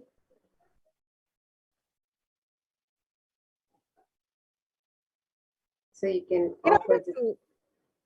In order to do oblations to Chandi Agni for the 700 verses of Devi Mahatyam, the repetition of the chanting of 700 verses should happen 10 times. This is what is known as Dashamsha. It is a powerful way to consecrate the very Vatavarana, spiritual ecosystem of the Yajnashala of the place of the fire worship. The group will be chanting 10 times the repetition of Devi Mahatyam in the Yajnashala before the sacred water pot within which Chandika Parameshwari is invoked. The veneration can bring life-positive effects to anyone who hears these sacred shlokas. And the Savarnas, the surrounding energies, the Devatas and the Shaletis of Chandika Parameshwari are invoked in numerous water pots surrounding the Pradhana main Kalasha of Chandika Parameshwari. The Yagashala is described in the scripture to be in a 9x9 grid format, which has the Pradhana Kalasha as the central square of the Mandala grid. The Toranam represents the 4 Vedas protecting the Yagashala for negative energies to be warded off. The 4 Vedas are the most life-positive vibrations that create a protective environment. Each Veda is involved in a firewall. The Toranam is a garland of leaves from select trees prescribed by the Agamas. The occurrence of banyan, people, ati, and purusu in scripture is always associated with auspiciousness. Trees grow in a particular environment. That ecosystem is not just including physical features of soil type and animal habitation, but also the very spiritual energies that exist in that particular environment. These four trees create an extremely spiritual and peaceful canopy to the beings who live under them. The leaves from these spiritual charged faces can hold positive thought currents that powerfully repel negative energies. When enhanced with the Veda mantras, they further energize the Vatavarana. So the Chandi Homa, the cost is the $5,000 US. And the Vishesha Dravya Homa is the offering of all the Sattvika Guna foods into the Agni Kunda. The gods of Brahma, Vishnu, Rudra and Ananta are invoked within the Agni Kunda. The Agni Kunda's top is said to be the very mouth of the gods, while the pit below is the stomach of the gods. In the Vishesha Dravya Homa, various fruits, cooked rice, the coconut is offered as it represents the head of the Devata. And finally, the Annam is adorned with clothing and flower garlands and is worshipped as the embodiment of the Devata. So the Chandi Homa, the Vishesha Dravya Homa and Purnahuti rituals are performed every day of this Navaratri in the sacred kshetra of Adi Kailasha Nithyananda Sarvanya Pita at the Nithyanandeshwara Paramashiva Devalaya, and you can make this sacred offering, this sacred ritual. You can participate in this sacred ritual by registering on the website www.kailasamailer.com/sevas.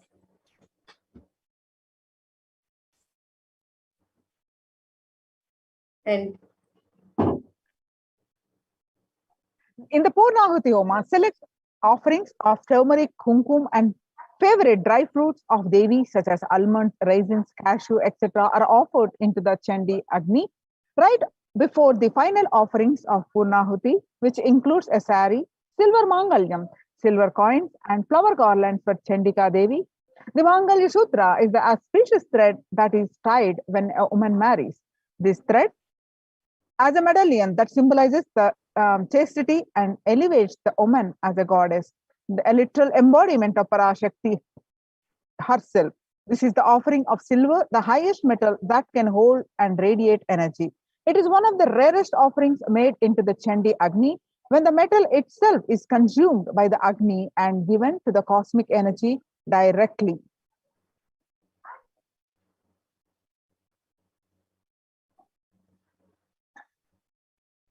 And the various benefits of performing the Chandi Homa is described in the Devi Mahatmyam. The Devi Mahatmyam chapter 12, verses 2, 4, 5, and various other verses describe these innumerable benefits of performing the Chandi Homa.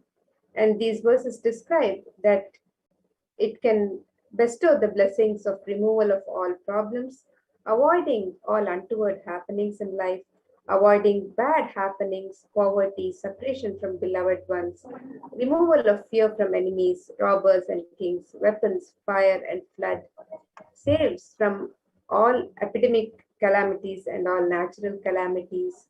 And without doubt, all troubles will be removed by Devi if this Homa is done during the Navaratri. The participant will be blessed with riches, grains, and children. One becomes fearless. Enemies perish, welfare accrues, and the family rejoices. And all of these benefits are extolled in the Devi Mahatmya. The ill effects of the bad dreams and negative influences of planets are removed. From the Devi Mahatmyam, chapter 12, verse 16. Planets turn favorite and results of good dreams manifest. And again, Devi Mahatmyam, chapter 12, verse 17. And Devi, verse 18 says, completion manifests in between human beings. And the verse 20 meaning is from the chapter 12, the presence of all evil spirits are driven away. And all the world pleasures that are sought manifest, and also the supreme union with the cosmic mother happens. One becomes Sivta, the enlightened.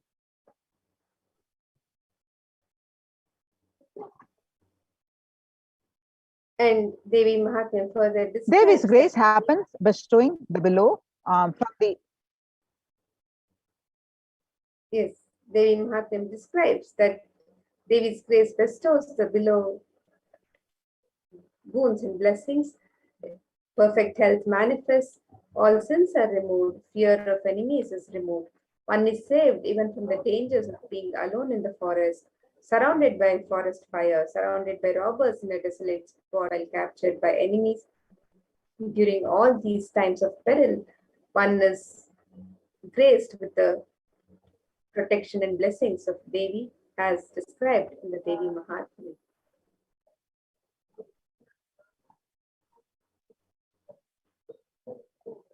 One is saved even from the dangers and protected by Devi, who chased by a lion or tiger, when chased by a wild elephant in the forest, when one is the target of order of a wrathful king, when one is sentenced to death and one is imprisoned, when one is tossed about the boat by a tempest in the ocean, and one is the most terrible battle under the shower of weapons and all dreadful troubles.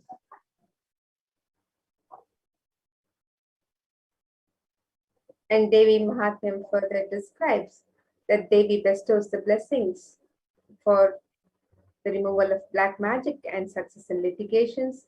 Untoward death doesn't happen for him, the devotee who participates in this Chandi Homa.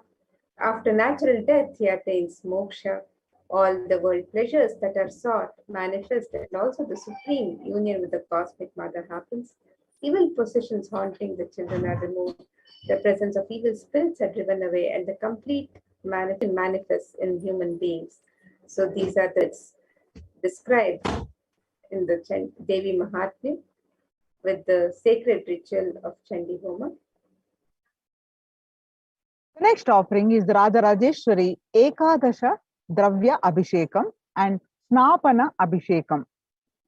This is a very special offering where, as per the Shakta Agamas, 11 types of dravyams of Abhishekam items such as the rice flour, turmeric powder, Jaladravya powder, Panchamritam, milk, curd, ghee, honey, sugarcane juice, fruit juice, tender coconut water, and Gandha Jalam will be offered to the Moolavar Rajarajeshwari in the Nithyanandeshwara Paramashiva Devalayam. Finally, the energized waters of Chandi Homa Kalashas and the Shanka, the conch, which have been consecrated during the entire day by various powerful mantras and rituals, are offered onto the deity of Sri Devi Rajarajeshwari. The offering of this Ekadasha Dravya Abhishekam with the Snapana Abhishekam cost is $1,008.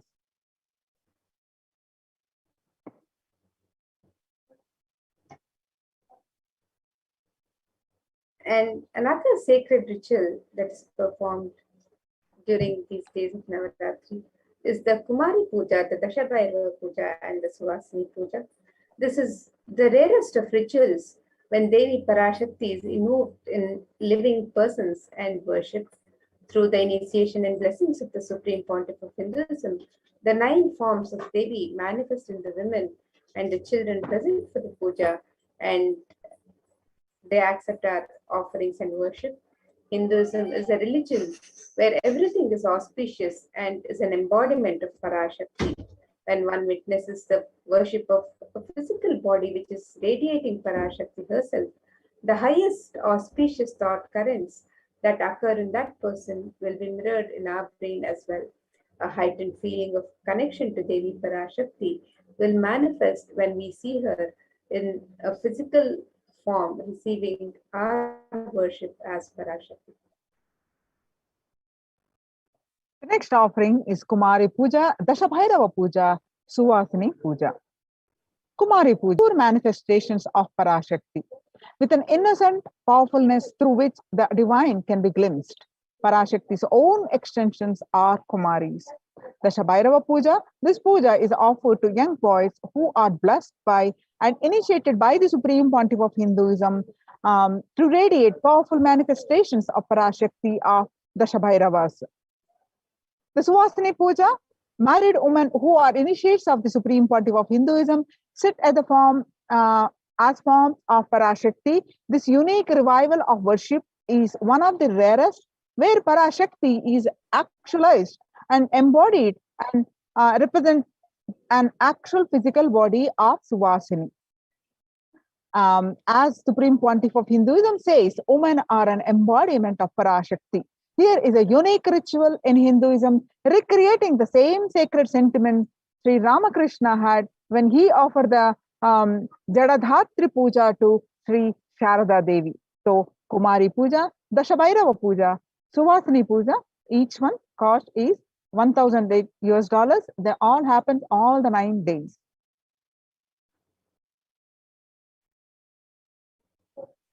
And the next sacred ritual is the Durga Pratima Prana Pratisthapana, which you have just witnessed.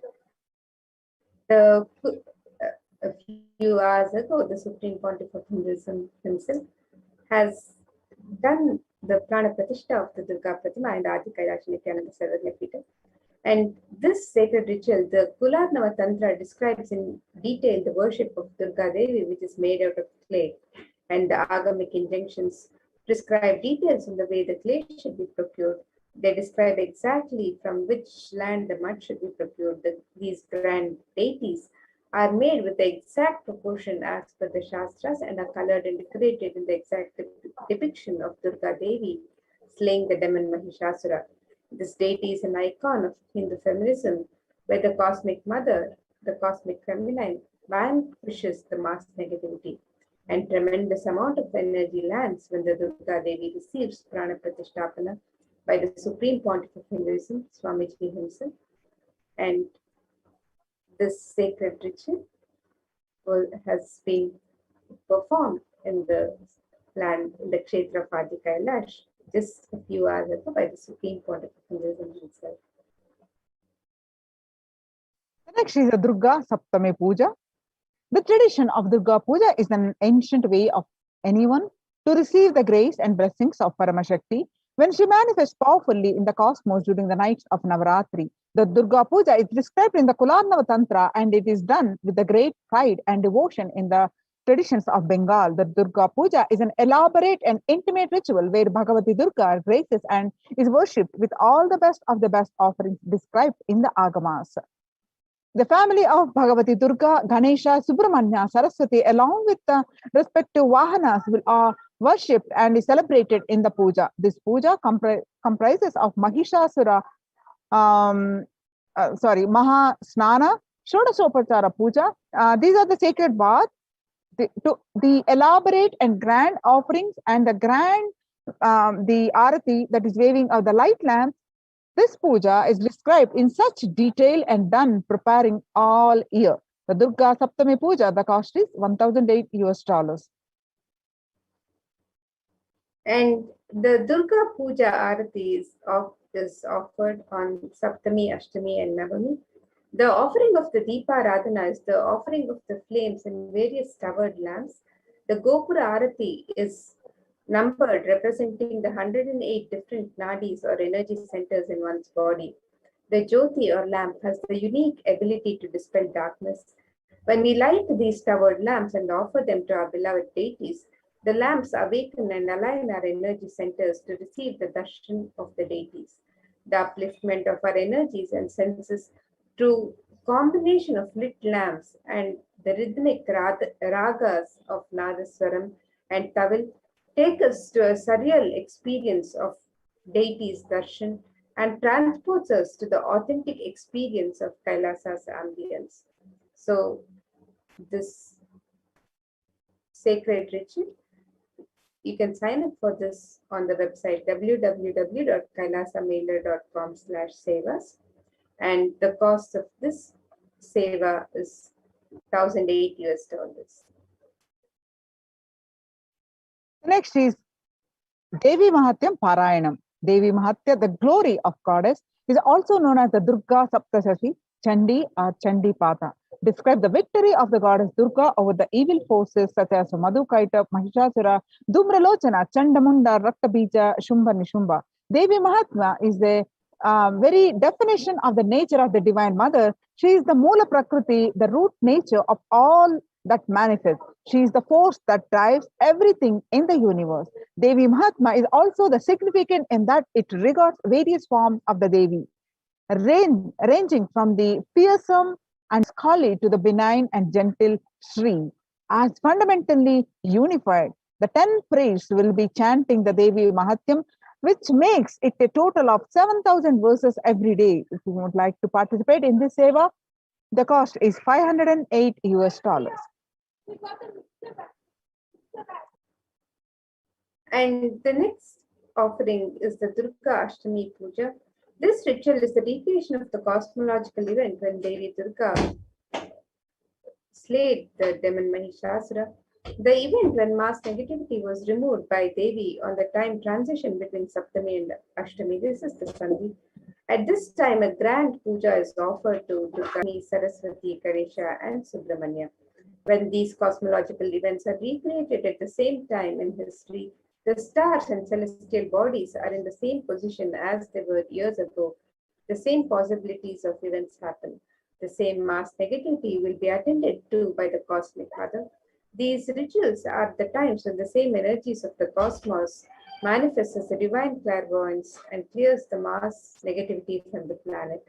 And Devi Mahatmyam, chapter 11, verse 24 describes Devi as Sarva Swarupe Sarveshe Sarva Shakti Samanvite.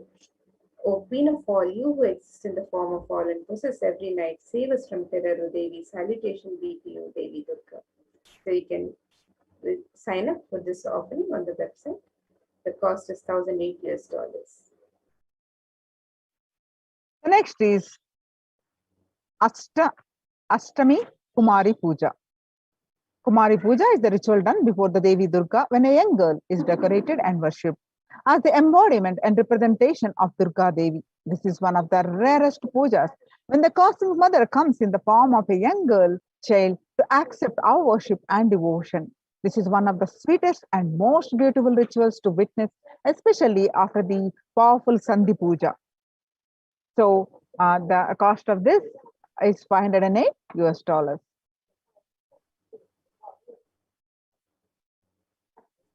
The Durga Navami Sandhi Puja and the Navami Home are offered on the Sandhi of Navami. This ritual is the recreation of the battle and victory of Durga Devi over the demons Channa and Munda, and the event when mass negativity was removed by Devi on the time transition between Ashtami and Navami. At this time, a grand puja is offered to Durga Devi along with Lakshmi, Saraswati, Ganesha, and Subramanya. The Navami Home is a unique fire ritual done before Devi Durga Pratima and chanting a unique mantra for Durga Devi, who is invoked in the form of Agni. So you can sign up for this sacred ritual on the auspicious occasion of Navami. The cost is $1,008 US. The next is Ayudha Puja. On the auspicious day of Navami or the 9th day of Navaratri, the special puja is done for all the tools, vehicles, and books. This is known as Ayudha Puja and is done in every Hindu home. All the tools are washed and kept in an altar. All the cars are also washed and fresh sandalwood paste is applied on them and puja is offered. Special naivedyams and sweets are prepared for the occasion. This day, Paramashakti, who is present in all the tools and vehicles that help our lives become smooth and efficient. This is a day of rejuvenation where when all homes are cleared and all the corners of the homes and all the doors are refreshed with fresh incense and sandalwood paste. The Ayudha Puja cost is $508 US.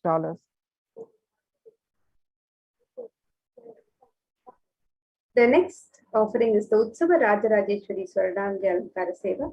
The Swarnangi Seva is the offering of the golden armor to the deity of Rajarajeshwari. It is a magnificent armor that covers the deity and allows one to have darshan of the deity in her grand glory. The golden kavacham is an offering of our love and gratitude to the deity of Rajarajeshwari in Kailasa's Nithyananda Paramashivam Devalaya, and you can make this offering of the Utsava Rajarajeshwari Swarnangi Alankara Seva for the cost of $508 US.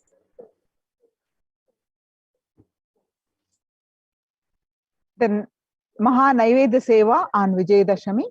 On the auspicious occasion of Vijayadashami, the Annalayas of Adi Kailasa and the devotees of the Nithyanandeshwara Paramashiva Devalayam offer the Mahanaivedya Seva to our beloved Supreme Pontiff of Hinduism, Bhagwan Nithyananda Paramashivam. This grand offering is an offering of 1008 varieties of food. This celebration is an offering of our deep love and gratitude to our beloved Swamiji. We celebrate this Mahanaivedya Seva only 4 times a year. On the day of victories, the Mahanaivedya Seva is one that is the choicest offering one can make, celebrating Bhagwan's presence in our life. So offering of this Seva, Mahanaivedya Seva is $1,008. The next offering is the offering of the Pada Puja on the auspicious occasion of Vijayadashami. This verse describes the glory of the Guru. It says, Shoshanam Papa Pankashya Deepanam Jnana Tejasam Guru Padodakam Samyak Samsara Navatarakam. The meaning of this verse: the water of the Guru's feet dries up the mud of the sins, lights the fire of knowledge, and causes one to cross the ocean of worldly material life of Maya in the right way. Can make this sacred offering of the Pada Puja on the auspicious occasion of Vijayadashami, and we can offer this sacred offering to the lotus feet of our Guru, the Supreme Pontiff of Hinduism. The next offering is Tulabharam on Vijayadashami day. Tulabharam is the ritual where material donations are made to Supreme Pontiff of Hinduism against the weight of his deity. The scriptures describe various items that can be offered, from jaggery to sugar to silver and gold. Tula means scale. It is a scale where donations are made against the weight of the Supreme Pontiff of Hinduism's deity. The Tulabhara Seva is $10,008. And the next offering during this Venkateshwara Brahmotsam is the Venkateshwara Utsava Murti Alankara Seva. Offering of the Alankara Seva to the deity of Bhagavan Venkateshwara bestows deep fulfillment in life, thereby taking us closer to the Guru who liberates us from the cycle of birth and death. Every day, the Utsava Murti of Bhagavan Venkateshwara is decked in his various manifestations, gracing on various vahanas or vehicles. Venkateshwara is the Alankara Priya, the one who loves to be decorated with the finest clothing and jewelry, offering the most favorite treasures in the form of clothing and jewelry and flower garlands pleases Bhagavan Venkateshwara. And in this verse, which describes it describes Sahasra Shirsham Devam Vishwaksham Vishwashambhuvam Vishwau Narayanam Devam Aksharam Paramam Padam. The translation of this verse: this universe is the eternal being, Narayana, the imperishable, the supreme, the goal, multi-headed and multi-eyed, the omnipresent, the omniscient, the resplendent, the source of delight for the whole universe. This is from the Narayana.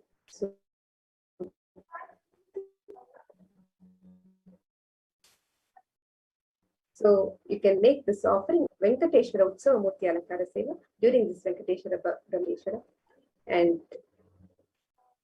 this and various offerings can be made. You can register for these offerings, these sevas and sacred rituals as you celebrate Devi Parashakti and Bhagavan Venkateshwara during this Navaratri and Brahmotsam celebrations.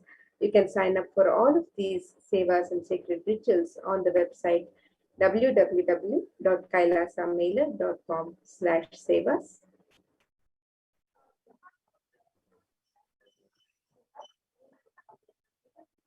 The next is the Utsava Venkateshwara Navakalasha Abhishekam.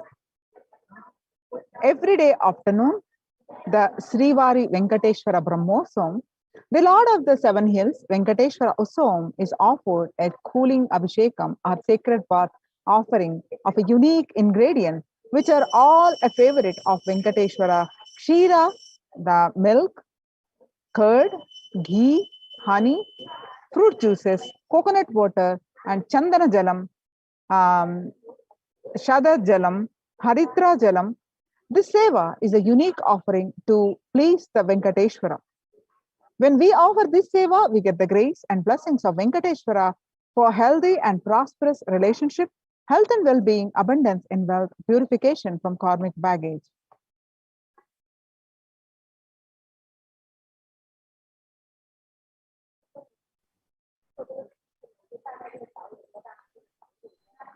And with that, now let us take a look at the website where you can register for all of these offerings, that the sacred rituals and sevas that you can participate in, that you can offer to celebrate Devi Parashakti and Bhagwan Venkateshwara during this Navaratri Utsava.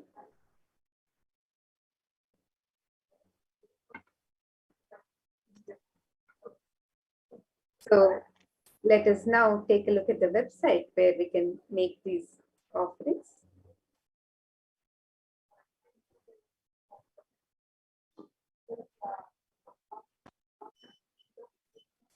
So here we have the website where you can learn more about all of these various sevas and offerings that you can participate in that during this Navaratri and Venkateshwara Brahmotsavam celebrations.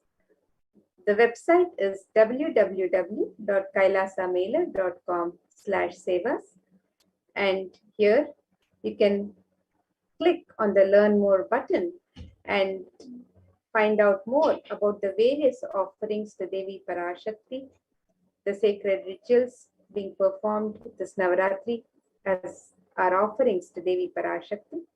And you can also find out more about the Venkateshwara Brahmotsavam on this link, the Venkateshwara Brahmotsavam, where we are celebrating Bhagwan Venkateshwara also on these days of Navaratri.